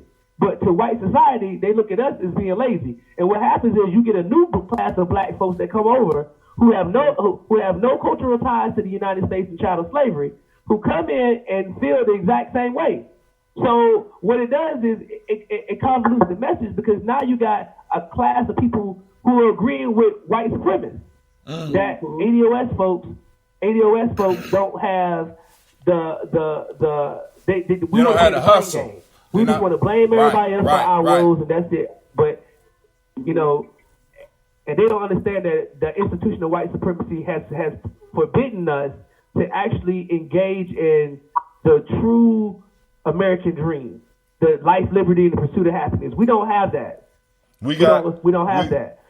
We got all the skills. Without speaking to generalities, let us be specific in saying we have not been afforded the true economic, the true freedom to pursue, the true freedom to economic pursuit.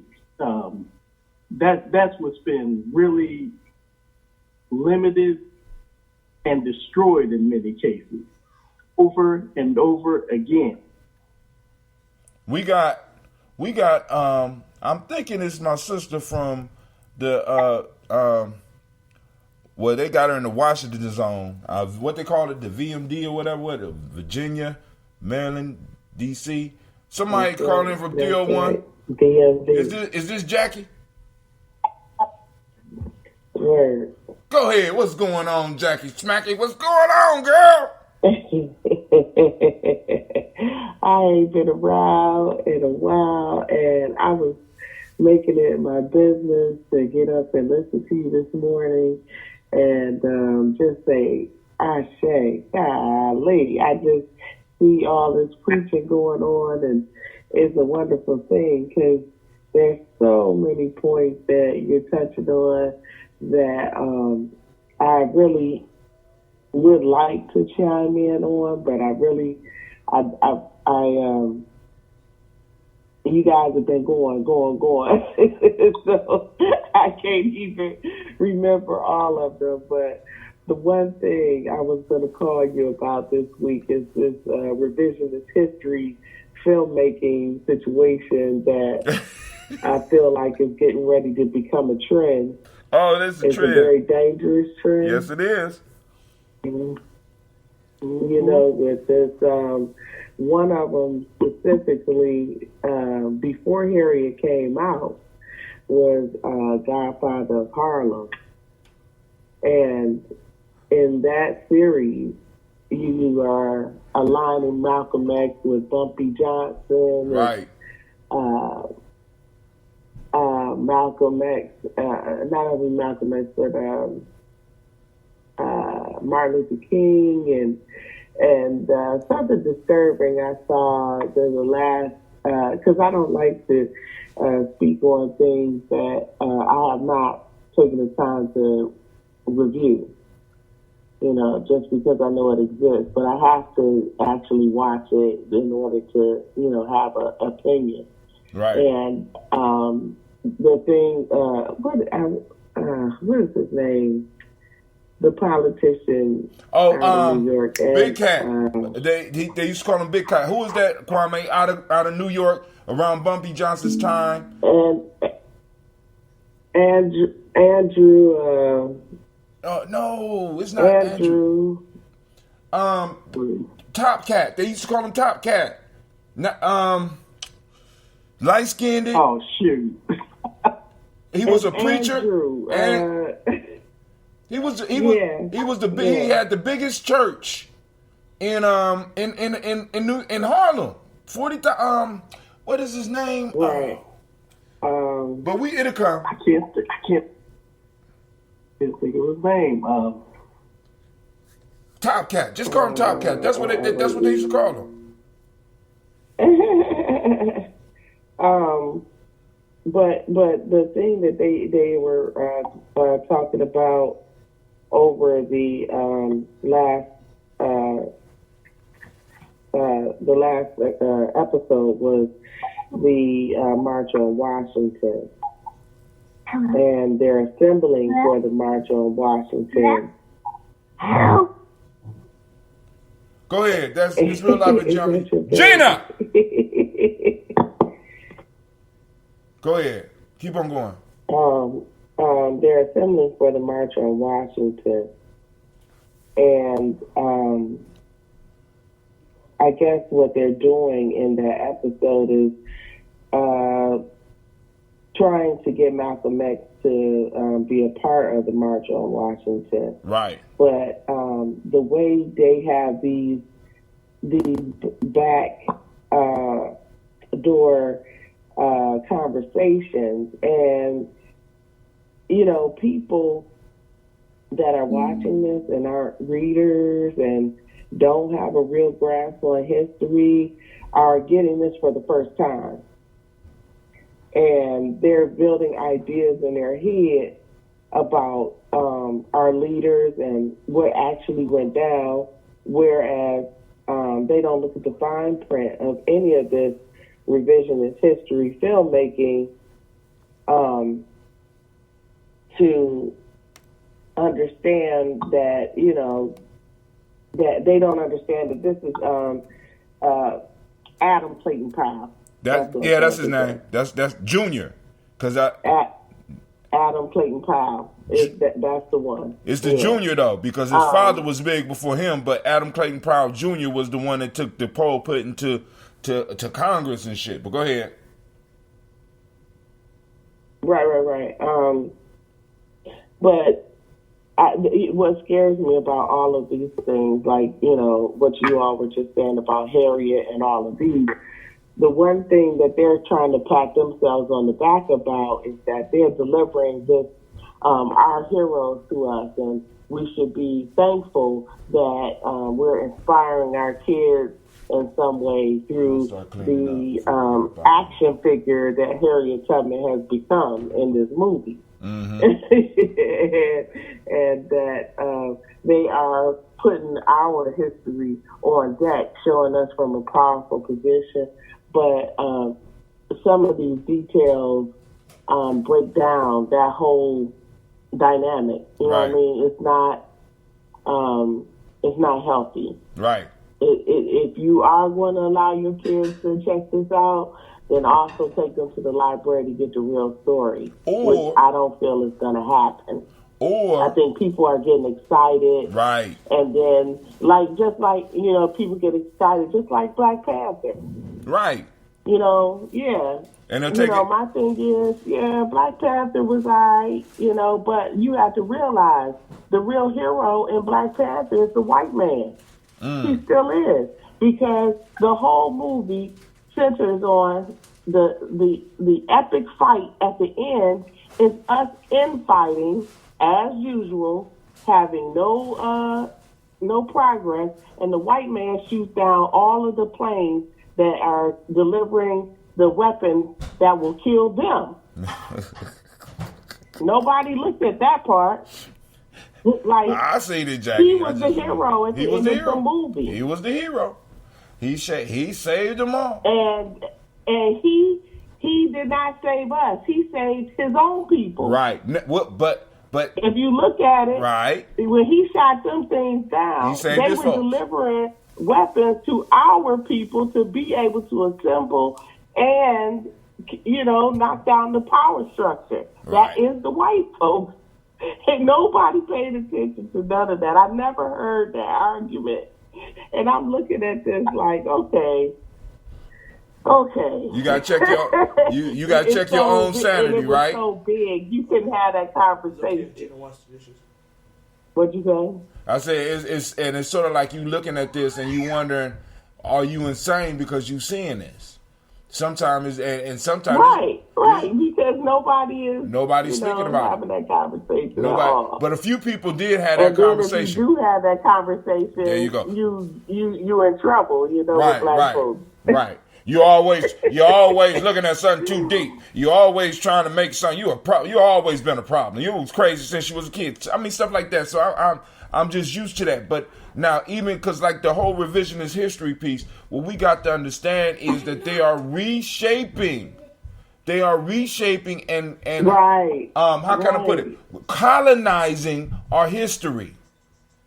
The reshaping and colonizing our history. Right. I'm gonna give a damn if we are moving the pen. We are allowing them to colonize and to control our historical narrative. And now, when you can control the narrative of people, you control who they become, because some people will not go to the library and get the book. Their lesson on Harriet Tubman, their lessons on Harlem, and Malcolm X and Adam Clayton Powell and Muhammad Ali, all that's gonna come from these damn shows, and we're gonna have all these experts running around. Right. You know what I'm saying? Some of them are gonna write books, and they're gonna. And then they even.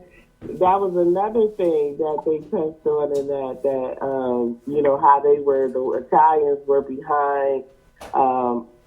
Not the Italians. Was it a little bit? The Bumpy Johnson was talking to. Was it? Wait a minute. Oh, everybody had aligned themselves for Muhammad Ali to throw the fight, so that he could get the fight with Sonny Liston. But he ended up, you know, he didn't throw the fight, but he you know, they insinuated that all went down too. That it's a possibility that he was going to throw this fight, and in order to get the fight with Sonny Liston, you know, whatever. But before I forget, because, you know, now I'm in your club, age-wise. Welcome. So I got to say this before I forget it. I have to say that the thing about us organizations prior to parties politically, the organization may be the most fundamental platform that we use in order to align ourselves politically when it comes to the parties and Democrats, Republicans, whatever. But something you said earlier in the conversation, I feel like we have to first revolutionize our organizations. The revolution has to first have us fighting with organizations that don't call themselves colored people. Right. We in 2019, and we still have an organization for the advancement of colored people. Mm-hmm. You know, so and they have also let that be known that includes the Jewish people. Mm-hmm. And those struggles, because I think about all of the organizations that were assembled in Detroit back in the 60s, like that were making it easy for people like Martin Luther King to run the train of his whole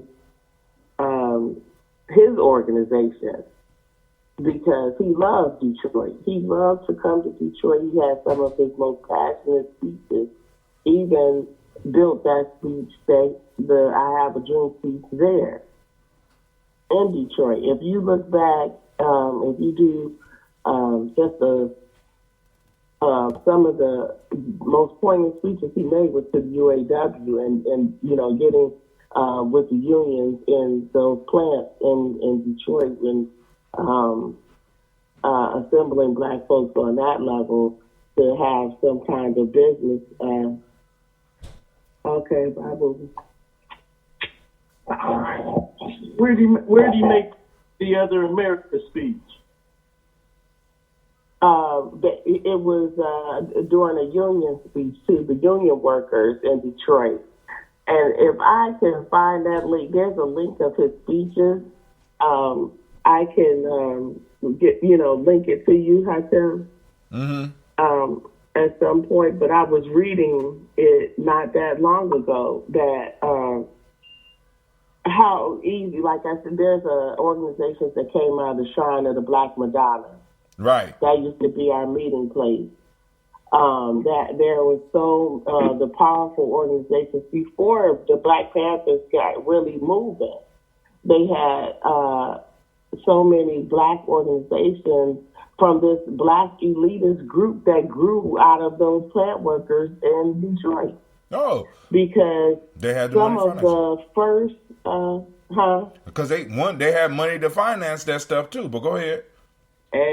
Exactly. And that is why they came for Detroit in such a dramatic way. And the Mayor Young, he always made it known that they were coming for us because Detroit had become such a black power center, the most powerful black center in the North of all places. And we worked that thing from coming from Black Bottom to when they started moving the red line, and also taking in power positions in the plant, becoming the first engineers, out of college and stuff, were given a chance at the big three, and they still are, But all of that to say that it is very much powerful situation that exists in our revising our organizations first. That's where I wanted to applaud you, because I wouldn't even listen to this. I don't care how much a show, whatever, because I got a thing with people talking. But my brother, Hajem, over 30 years, my brother has always been on this has been from our childhood. I have watched the evolution for myself. We have come together and evolved together. And you've always been on action mode. It wasn't not about this show, the people on here and talking. And people have to know this ain't just talk. My brother gets up and makes sure black folks have a market, get up and teach the kids and get up and, get out in the community and actually are assembling people behind the ideas that they are hearing on this show. And been doing this for a very significant amount of time, over 25 years. I've seen it. I've been a part of it. I've held his hand during it. So I wanted to also once again give you all of that. God bless you, because you ain't got to be telling our a national age. show. Your podcast needs to be, people need to be catching on fire with this. This is the organization right here that begins here, but let them know it's in the street. Right. It's not just this show. It ain't no Al Sharpton going on here. Now I ain't got no perms. Because the National Action Network only show up, like one of the mothers of one of the slain brothers, he only show up when it's what do they call that? National publicity. A photo A photo op. A photo movement. Photo op. Because and some families have been like, we didn't invite them here. What is this about? But now, and not complying at all with Al Sharpton or his message. Check this out. So, Brother Mark, you still on the line? Brother Mark. Uh-oh. He in the hospital, so when it goes silent. Yeah, I'm there. I'm sorry. Hey, because she brought up going back and getting some of the traditional organizations. Can you tell her about Operation Takeover? Project Takeover. Yeah. So to my sister, I agree. We got to go back and get our institutions. We have, as ADOS, have started what we consider a Project Takeover, which is to take back our institutions from this disdain and the ability for them not to advocate for us. So that implies that we're going to take back our the institutions like Gina schools. We're gonna go. We're gonna take back our schools and then get more black teachers to be teaching our young black brothers and sisters. Oh, that is so necessary. Good grief. Yes.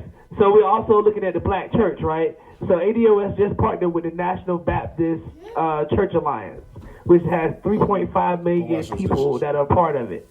The reason why we partner with the National Baptist Church Alliance is because we know that the civil rights movement started in the black church. Most of our movement started in church. I just said most of our movement started in the church. Yeah, most of them. Majority of the civil rights, right? I can't say all, right? Because nothing is absolute. So I say majority of the civil rights movement was because of church folks. And for some reason, black folks in the church have gotten to be judgmental, and they forgot that they're supposed to be welcoming and be fighting for rights. So this partnership with the National Baptist Church Alliance allows us to have access to these people to fight for reparations along with us. That was done by Dr. Kevin Cosby and his partnership with the National Baptist Church Alliance, and they just came on board and endorsed us this week. So we're also looking at the NAACP, the Urban League, and all these other what we consider boule organizations that are in the black community. It's more of an infiltration. It's like we're joining these groups as well, and we're going to shift the ideology and the thoughts of these groups from the inside out. Because if we don't do that, then we allow them to continue to do nothing, and we can't continue to say, well, the NAACP doesn't do nothing, the Urban League doesn't do anything. Well, they're not doing anything because we're not in them. So this is the project takeover part of going into those as well, and so we're going to be going to their meetings, becoming members of their organizations, and basically shifting the ideology of them to fight for black folks. I mean, I'll give you one real quick. This is how powerful advocacy works. The NAACP in Burlington, New Jersey, was getting ready to have a viewing of the Harriet Tubman movie. They had promoted it and was getting ready to do it. Well, a young sister had traveled all the way to Louisville to the ADOS conference, heard about Project Takeover, went to the NAACP meeting. And when she went to that meeting, she broke it down as to why they should not do this. And she tied it to Comcast and the Byron Allen case, but also tied it to the funding that Comcast was given to this media outlet that was basically producing Harriet. Well, the NAACP decided that they canceled their show, the showing of Harriet, because they were in support of the Byron Allen case. That's how powerful this is. Because, so when we infiltrate, and I don't really mean like infiltrate, because I think that's like some extremist stuff you start infiltrating, but it's like the only word I can use right. It's like the only word I can find. It's like the only word I can find to make my point. But when we start to get into these organizations and shift the mindset, it's really going to help us push our advocacy on the ground. And everything doesn't have to be from ADOS, right? It don't have to be ADOS, us out front doing it. It could be the NAACP doing it, but it's influenced by ADOS. And to give you proper context, I just got a tweet. Somebody sent me a tweet, and they're like, "Hey man, check this out." Well, Fox News, right? Fox News is bringing on more black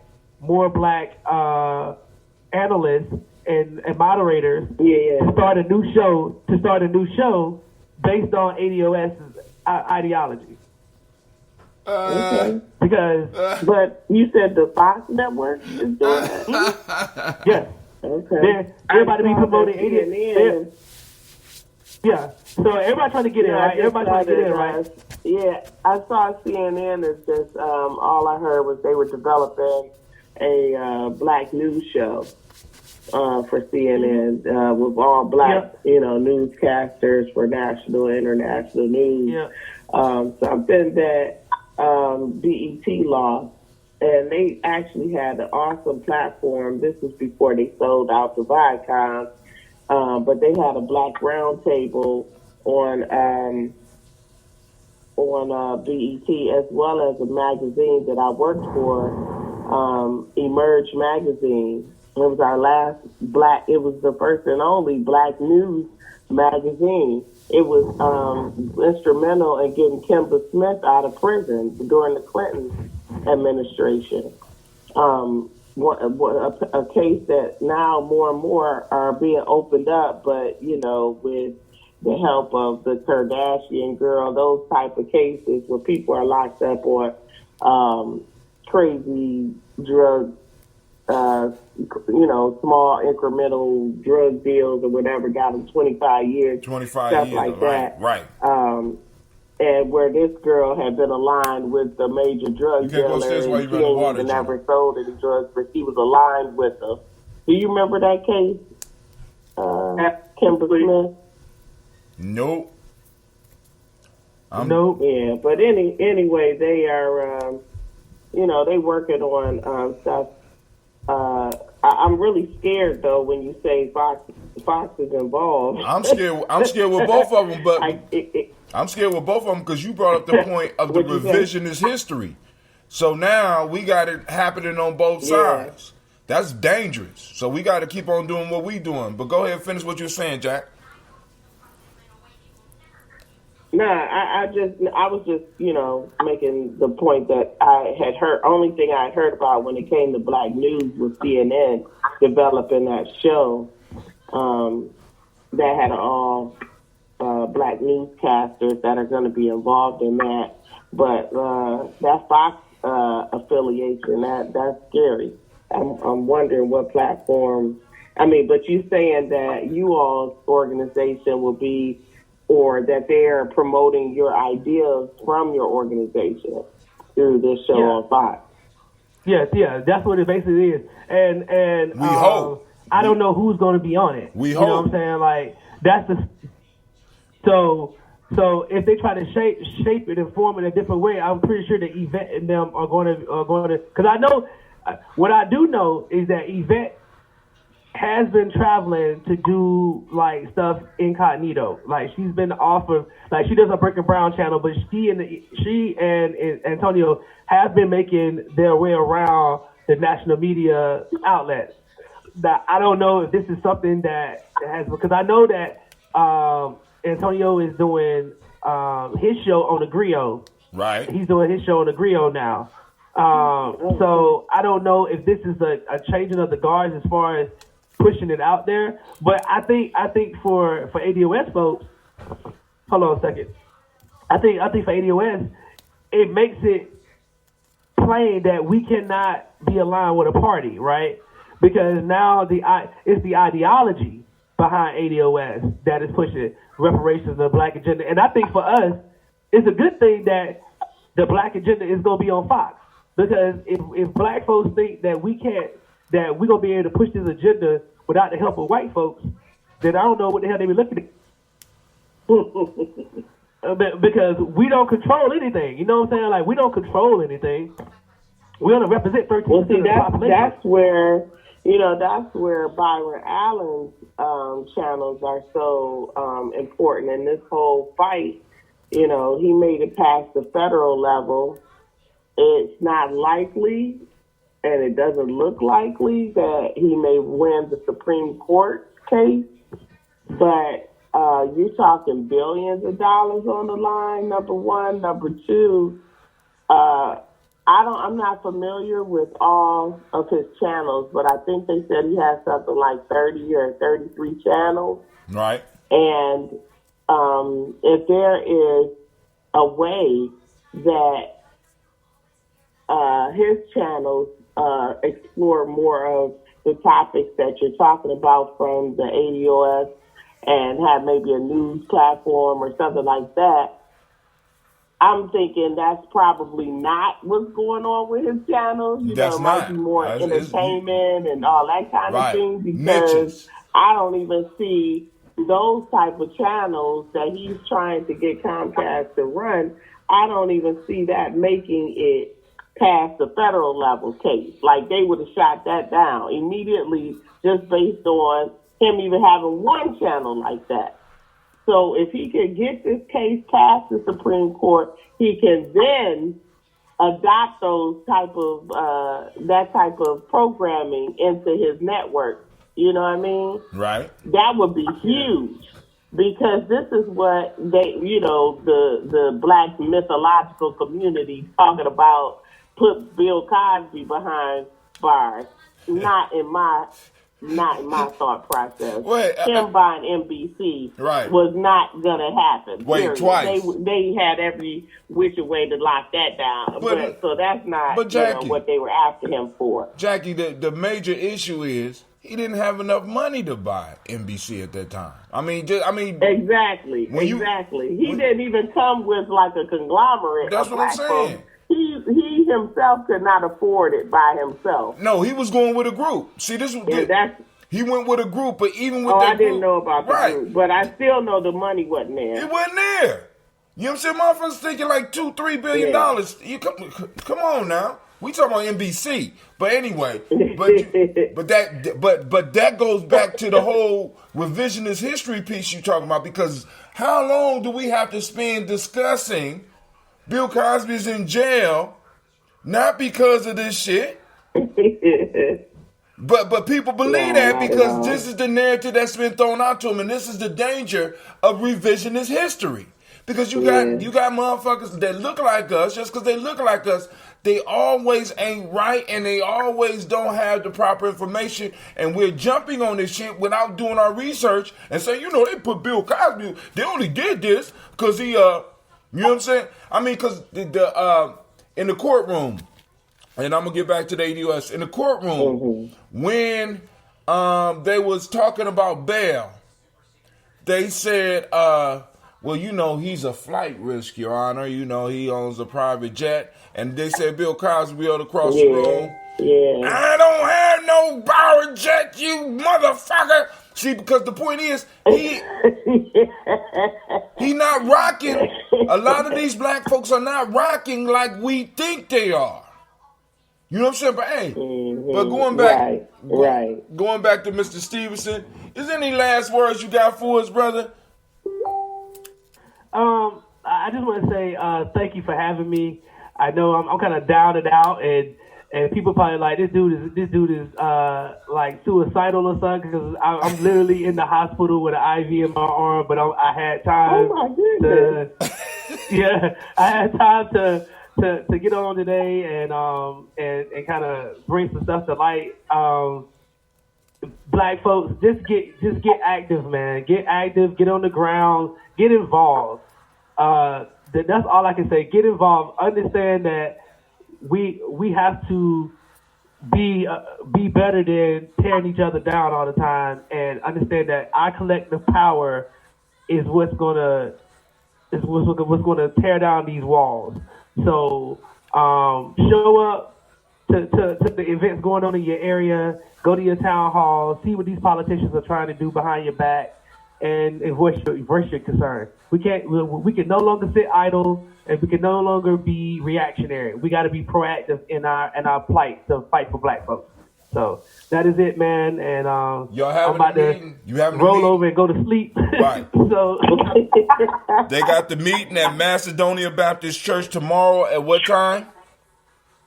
It's at 3 o'clock. 492 Oakwood Avenue. Come out. I don't know if I'm gonna be there or not. Hopefully I'm out of this hospital.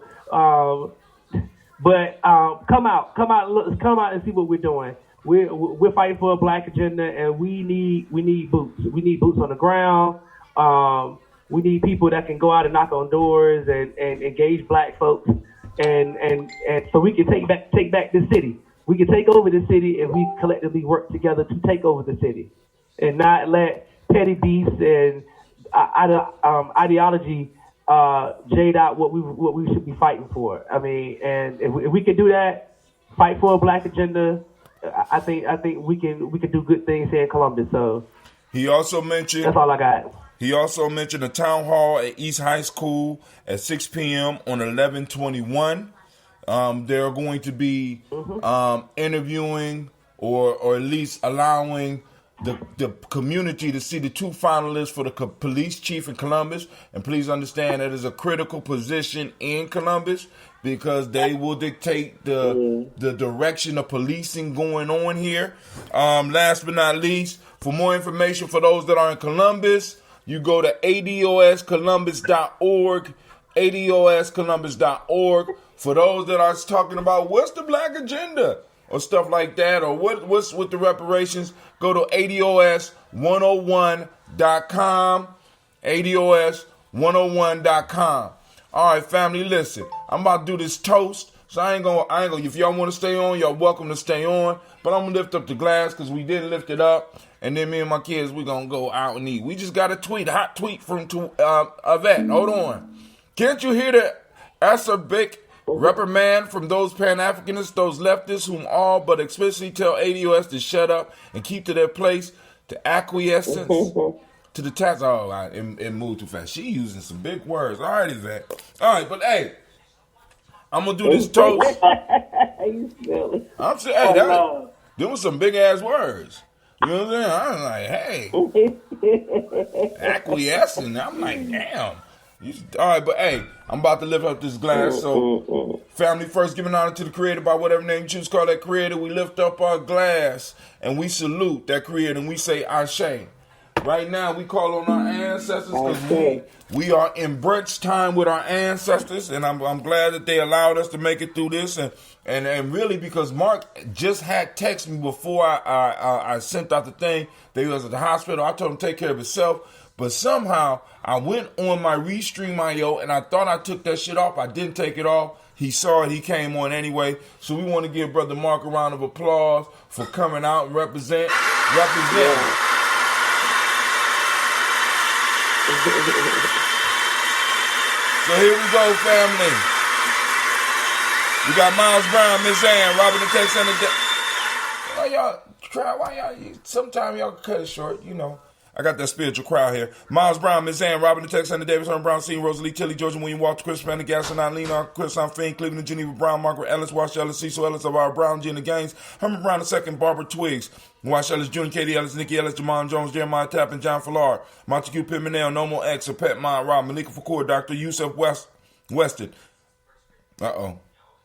Malika Fakour, Dr. Marianne Williams, Kojo Kamal, Elder Farmer, Elder Millie Dixon, Tony Clark, Pastor Yusuf Weston, Elder Algeny, Elder Ron Coleman, Elder Robert Donaldson, Alfred Brofor, Hector Jr., Jay Edwards, Carlisle Harris, Grace Lundy, Inez Harris, William Bill Moss, Phyllis Rose, Sterling, Lucy Wright, Degale, Paulina Luxton, Brother Miss Eda Brooks Crawley, Miss Marie Nelson, Mr. Frederick Crawley Sr., Miss Jerry Brunson, Mr. Lonzo Johnson, Miss Marie McDowell, Janice Foster, Charles Jordan, Kel Smith, Walter Smith, Richard Trigg, Francis Johnson, Mary Franklin, Jimmy Williams, Daniel Ford, George Gibson, Nana Loretta Clark, Inez McCrae, Fritz Clark, Frankie Justice, Katie Justice, Derek Wendelman, Virginia Rogers, Rem James Smith, Louis Henderson, Kevin Spratling, Mary Elizabeth Walker, Raymond Walker Sr., Raymond Walker Sr., Sarah Jane Carter, Michael Ford Jr., Kellen D. Russell, Susie B. Smith, Teresa Clay, Melvin Dale Hodge Jr., Herman Copeland, Mildred Copeland, Jenny Clay, Bird Beatty, Sarah Weller, Vita Farmer, Agoso, Sue, Cheryl Harvey, Aunt Charmaine, Aunt Evelyn, Theolis Hasbury, Harvey Hasbury Sr., Linda Dickinson, T.C. Islam, Terrell Dunbar, Will Thomas, Sarah Berry, Mark Walsh, Merle B. Thornton, Pearl G. Thornton,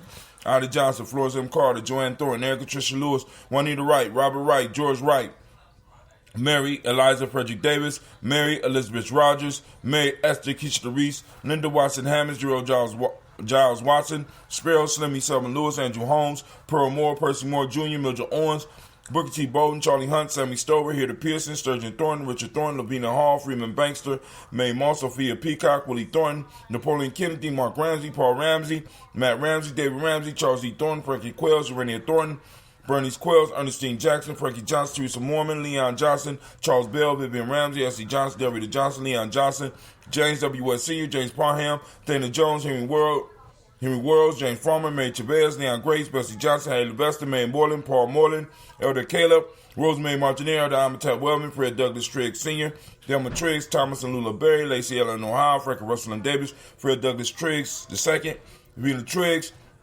Reverend A. Moore, Helen Fuller, Eugene Jackson Sr., Richard Ellis, Silas Alexander, Charles Maxwell, Percy M. Alexander, Arthur Reynolds, Stanley Lockhart, Ricky Lockhart, William Lockhart, Woodrow Lockhart, Brenda Porter, Deacon Hargrove, Carlos Sawyer, Andrew Parker, Doris Donald, Ellis Murphy, D'Amico Russell, Dean Moneri, Gina Roop Jones, Jana Callahan.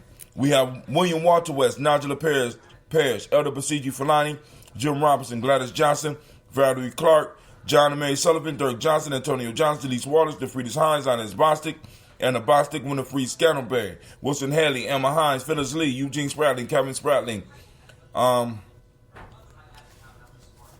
Charles Wooden.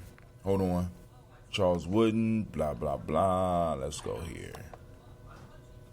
Charles Wooden, Penny Brown, Roy Lee, Print Up Jr., Miriam Johnson, Wilbur Longmire, Edith Catney, Janice Carter, Michael Carter, Leon Pena, Carter, Mark Carter, William Carter, Lisa Jordan, Charles Lee Mosley, Dorothy R. Blair, Ransom Evans Sr., Sam Evans Sr., Naylon Blair Sr., Edward Stevens, Sue Stevens, Joe Davis, Timothy Butler, Gene Holmes, Dana Jones, Peter Charles, Christy Nichols, Cardinal Robinson, Rosemary Charles, Ada Pearl, Bob Ingalls, Jack Wallace, Warren M. Finch, Warren P. Finch, Tim Ingalls, Archie Finch, William Billingsley Jr., Jennifer Sensenbaugh, Hazel Gasson, Jerry Brantley, Brian Watson Jr., Kaniko Parsons, Jason Cathy Bradford, Thomas Bradley, also known as Uncle Buki, also known as Gypsy, Reverend Roosevelt Word, the First State's Trice, Frank Smith, Mother Bertha, Michael Leonard, David Brown, Ruth Carter, June Cox, Ruth Cox, Paula Cox, Ronald Urban, Judy Hubbard, Irene Johnson, Francis Booth Jefferson, Dan Wilkinson Sr., Emma McClendon, Jerry Doyle, Mina Robinson, Mary Nichols, Patricia Williams, Rebecca Teray, Greg G2 Gibson, Donna Hill, Richard Gleavers, Lee Irby, Tommy Irby, Boy Irby, Jim Gaucher, George and Hallie Johnson, Archie and Margaret Armstead, Diane Scott, Erica Armstrong, Claire Fox, Gene Evans, Archie Beck, Anna McGill, Charles McDaniel, Christine Couture, Aunt Becca, Alice Arnold, Arthur Arnold, Hattie Reed, Charles Reed, Eulin Andrew Baker, Patricia Edward Brooks, Gwendolyn and Bob Hatch, Kimball Vernon, Bradley Kim, Janie Harry Tubman Kate, Spencer Sturgis, Sally Mae Baker, Ethel Baker, Creola Baker, Geneva Baker, Aaron Eno Baby Hatch, Hatch Sr., Melly Miller, Housie Hatch, Dad Cleveland, Mother Gibson, Alex Nixon, John Bowie, Lester and Rachel Saunders, Dorita Ross, Viola Ross, Robert Nelson, Prince Stevenson, Leroy Stokes, Neely Johnson, Fletcher Swan, Manny and Charlie Scott, Ida Casey, Thomas Cooper, Vivian Stevenson, Mona Ann Lewis, Cornetta Lyman Lewis, John Jackson, William Dallas Lewis, Mary Francis, Chappelle Jackson, Michael Slade, Joanne Perkins, Richard Jackson, Martha Ford Dawson, Big Mama, Nanny Harris, Eva Ford, James Hairston, Margaret Towns, Mary Williams, Leroy Q. Heath Sr., Albert Moore, Miss Vanilla, Albert Motley, Geraldine Elizabeth, Douglas Thompson, Ellerton Houston, Lud Oz, Elijah Oz, Jerome Oz, and West Staten, Joe Jamel Oz, and Pierce, Donald Carter, Lily Green, Nathan Green, Beth Barnes, John Dewey, Ruth Beer, Tim Butler, Remy Laura Newton, J.B. Foggy, Thomas Newton Sr., Baba Naeem, Jeanette Sanders, Jerry C. Sanders, Roy Pruitt, H.J. Brantley Sr., Henry Wilson, Rufus Jenkins, Minnie Wilson, Catherine Sanders, Mira Ellis, Elizabeth Sanders, Henrietta Irby, Mildred Armstead, Margaret Armstead, Catherine Anthony, Ruby Brown, Charles Walker Sr., Charlie Walker, Cecil Russell, Diane Urban, Hiram Phillips, William Ford, Margaret Logan, Phyllis Barnett, Lee Urban Sr., Michael Urban, Ozella Watson, Hugo Watson, John Caldwell Sr., Robert Lee Caldwell, Nevaeh Mitchell, Ron McCormick Sr., Sabrina Easley, Rashawn Easley, Javea McCormick, Barbara Ann Reed, Dorothy Ann Reed, John Reed, Chekamaha Reed Jr., John Reed Jr., Patricia Reed, Edward R. Benson Sr., Ethel H. McNair, Lois Fernandez, Jacqueline Broaders, Reginald Oliver, Mazarine Cofer, George Swan, and Monty Grayson, Charles Scott, Charles H. Scott, Michael Morgan, Charlene Morgan, Sybil Edwards McNabb, Andy Ferguson, William Ferguson, Shelby McClendon. We also have Joella Giles. We have James Carswell. We have Roberta Adams, also lovingly known as Aunt Sis. We have Elder Shaka McNair. We have Anthony Brown. We have Jonathan Ford. We have Lottie Gaucher, Cousin Tony, Michael Johnson, James Jimmy Johnson, Barbara Shane Lewis, Ronald Shelton Jr., Damian Top, Westina Banks, Joseph Bingham, Quincy, Mama, Aunt Lady, Abraham Isaac Cundiff, Aunt Barbara Lewis, Renee Johnson, Joey, Ryan Ross Riggins, Dermonte, Marcus Price, Ness Words, Marshawn McHale, Demetrius Beard, Herb Jefferson, Ralph Nickens, Eric Walker, Quasi Sample, Candace Simmons, Severn Clayton, Leonard Jones, Sade Garner, Melvin Scott Sr., Elder Clarence Lumpkin, Elizabeth Johnson, Frank Smith, Stacey Trice, Denise Goray, Nathaniel Hassan Turner, Khaled is in transition, Nigel Turner, Demetrius Lewis Flint, Alberta Woods, Geneva Simmons, Daniel Tilley, Angeline Gantz, Sharifa, Oscar Kane, Audrey Gripper, Dominique Nichols, Ruthie Lane Johnson, Teresa Sambu, Aunt Maxine, Uncle James, Henry Margaret III, Tamara Dowdy, Nicole Harris, Julia Taylor, Richard Bozeman II, Ruth Carter, John Carter, Mr. Thornton, Joanna, DeSandra Lynette Lewis, Henderson Mosley, Charles Jordan, Henry Essex II, Fannie L. Webb, Dan Walton, Alauti Sue Walton, Emma Walton, James Randolph Giles, Sonny, Pete Walton, William Walton, Fred Powers, Elijah Wan, Hakeem Nkomo, Alberta T. Davis, Charles Davis, Willie R. Mackey, Dr. Karimi Mackey, Victor Bolton, Drusilla Kitty Berger, Lucy White, Robert Lee White, Emma Jean White, Talton, Roger White, R.L. White, Jesse White, Ruby Jewel White, Johnson Carl White, Desi Woods, Tilar Woods, Lennox, Jim Woods, Lizzie Woods, Juanita Alexander Brown, Cynthia Ann Wright, Richard Dorsey, Annie Simpson, Jamara Simpson, Regina Hopkins, Joseph Simpson, Nettie Dorsey, Eleanor Hopkins, Edward Webster, Alice Webster, Ivy Webster, Arnella Willis, Ethel Lane, Samanda Damon, Ethel Marshall. We got Steve Dougie Shelton, William Bill Walker, Carl Rico Johnson, and Kim Gray. Once again, we have successfully made it through our list of our ancestors, and we raise our glass, and we salute each and every last one of them, and they help unite us as a tribe, family, and they remind us of the power that we have, and they also have gifted us these moments that we have. So we lift up our glass, and we say, Ashe. From there, family, where do we go? We move to the present. Oh, thank you. We move to the present moment. And in this present moment, today we are on Kuumba. I want to give all the Kuumba babies a round of applause.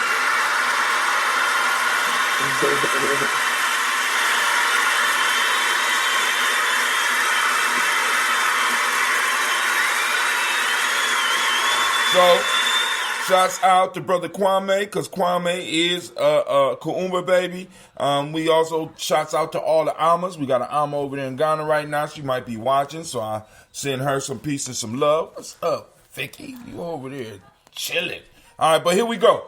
We raise up our glass to this present moment, family, and we remember this present moment. Right now, we are on what we call the day of Kuumba. This is a day of creativity. Family, activate your reticular formation. It is our responsibility to look and seek out our principles every day.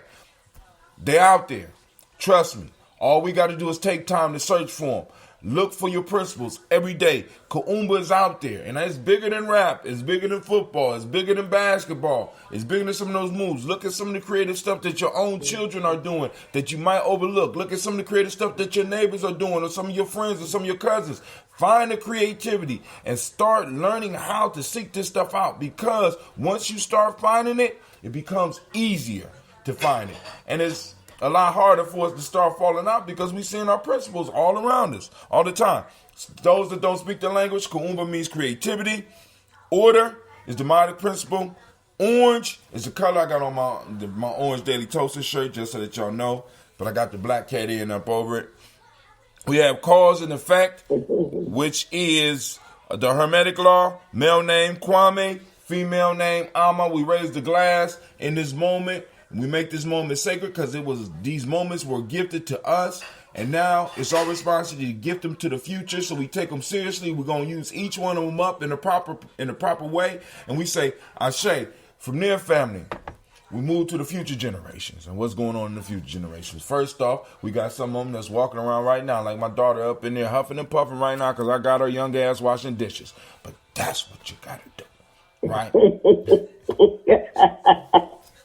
Huffing, she start crying. But listen, we toast our children, you know what I'm saying? Because they can be challenging, but they still need our love. They still need us to love them through it, right? We raise our glass to our children, our children's children, on to infinity, family. Because if we handle our business, what we are doing, when we handle our business, we are carving out their time and their space so that they can build their monuments to greatness. When we're not handling our business, we're burning up the inheritance that was passed on to us from our ancestors. Come on, family. That's a big responsibility. So we toast our children, our children's children onto infinity. We say Ashe. From there, family, we move to all of our relations. We raise up our glass and we say Ashe. From all of our relations, this that selfish toast. What do you need right now in this moment to move towards your greatness? Come on now. Ashe. From there, family, last but not least, I toast the most magnificent. Ashe. The most magnificent, the most spectacular, the most uplifting, the most inspiring, the strongest, and the wisest individual in the room. And you know who that be? That be you. And right now, since Jackie on the line with me, that's you, Jackie. We toasting you, and we say Ashe, Ashe, Ashe. Family. Also, I want to raise up the glass and salute to all those that joined us. Shouts out to Brother Mark. May our ancestors be with him to help him with his medical condition that he's going through right now. We also want to send out shouts to Brother Kwame. I also want to send out shouts to some of the other people that was on the line that didn't say nothing. Family, don't be scared. Type in something. Call in. I'm not going to bite your head off. You know what I'm saying? Call in. Join us. Let's build up. But I want to send shouts out to, because I saw my daughter Jessie on the line. Jesse was on the line. Let's see who else I need to send some shots out to real quick. And of course, Jackie. Jackie was on the line. Aaron Thomas, shouts out to you. We had Charles Stevenson. And, we got Elder Margarita on the line. We also want to salute. Let's see who else. All right. I thought I saw him. Well, no. Oh, Shorty, I saw you on there too. Shouts out to Shorty. So, hey, family, I'm out. Me and my kids about to go eat. I gotta go to the barber. Cleve gotta go to the barber. We got a bunch of stuff popping off. But yo, I want to say, I pray that the rest of your day will be as beautiful as you are. I will see you tomorrow for the Toast and Talk. And I'm gonna sip on this tea. I forgot to tell y'all, this tea I pulled out was from a batch of tea that I'm putting together for this ambrosia. I'm about to go get the honey, because Amazon just returned some money to me that they falsely took. I didn't order the shit they sent me, but they still charged me. So I got the money to go get this honey.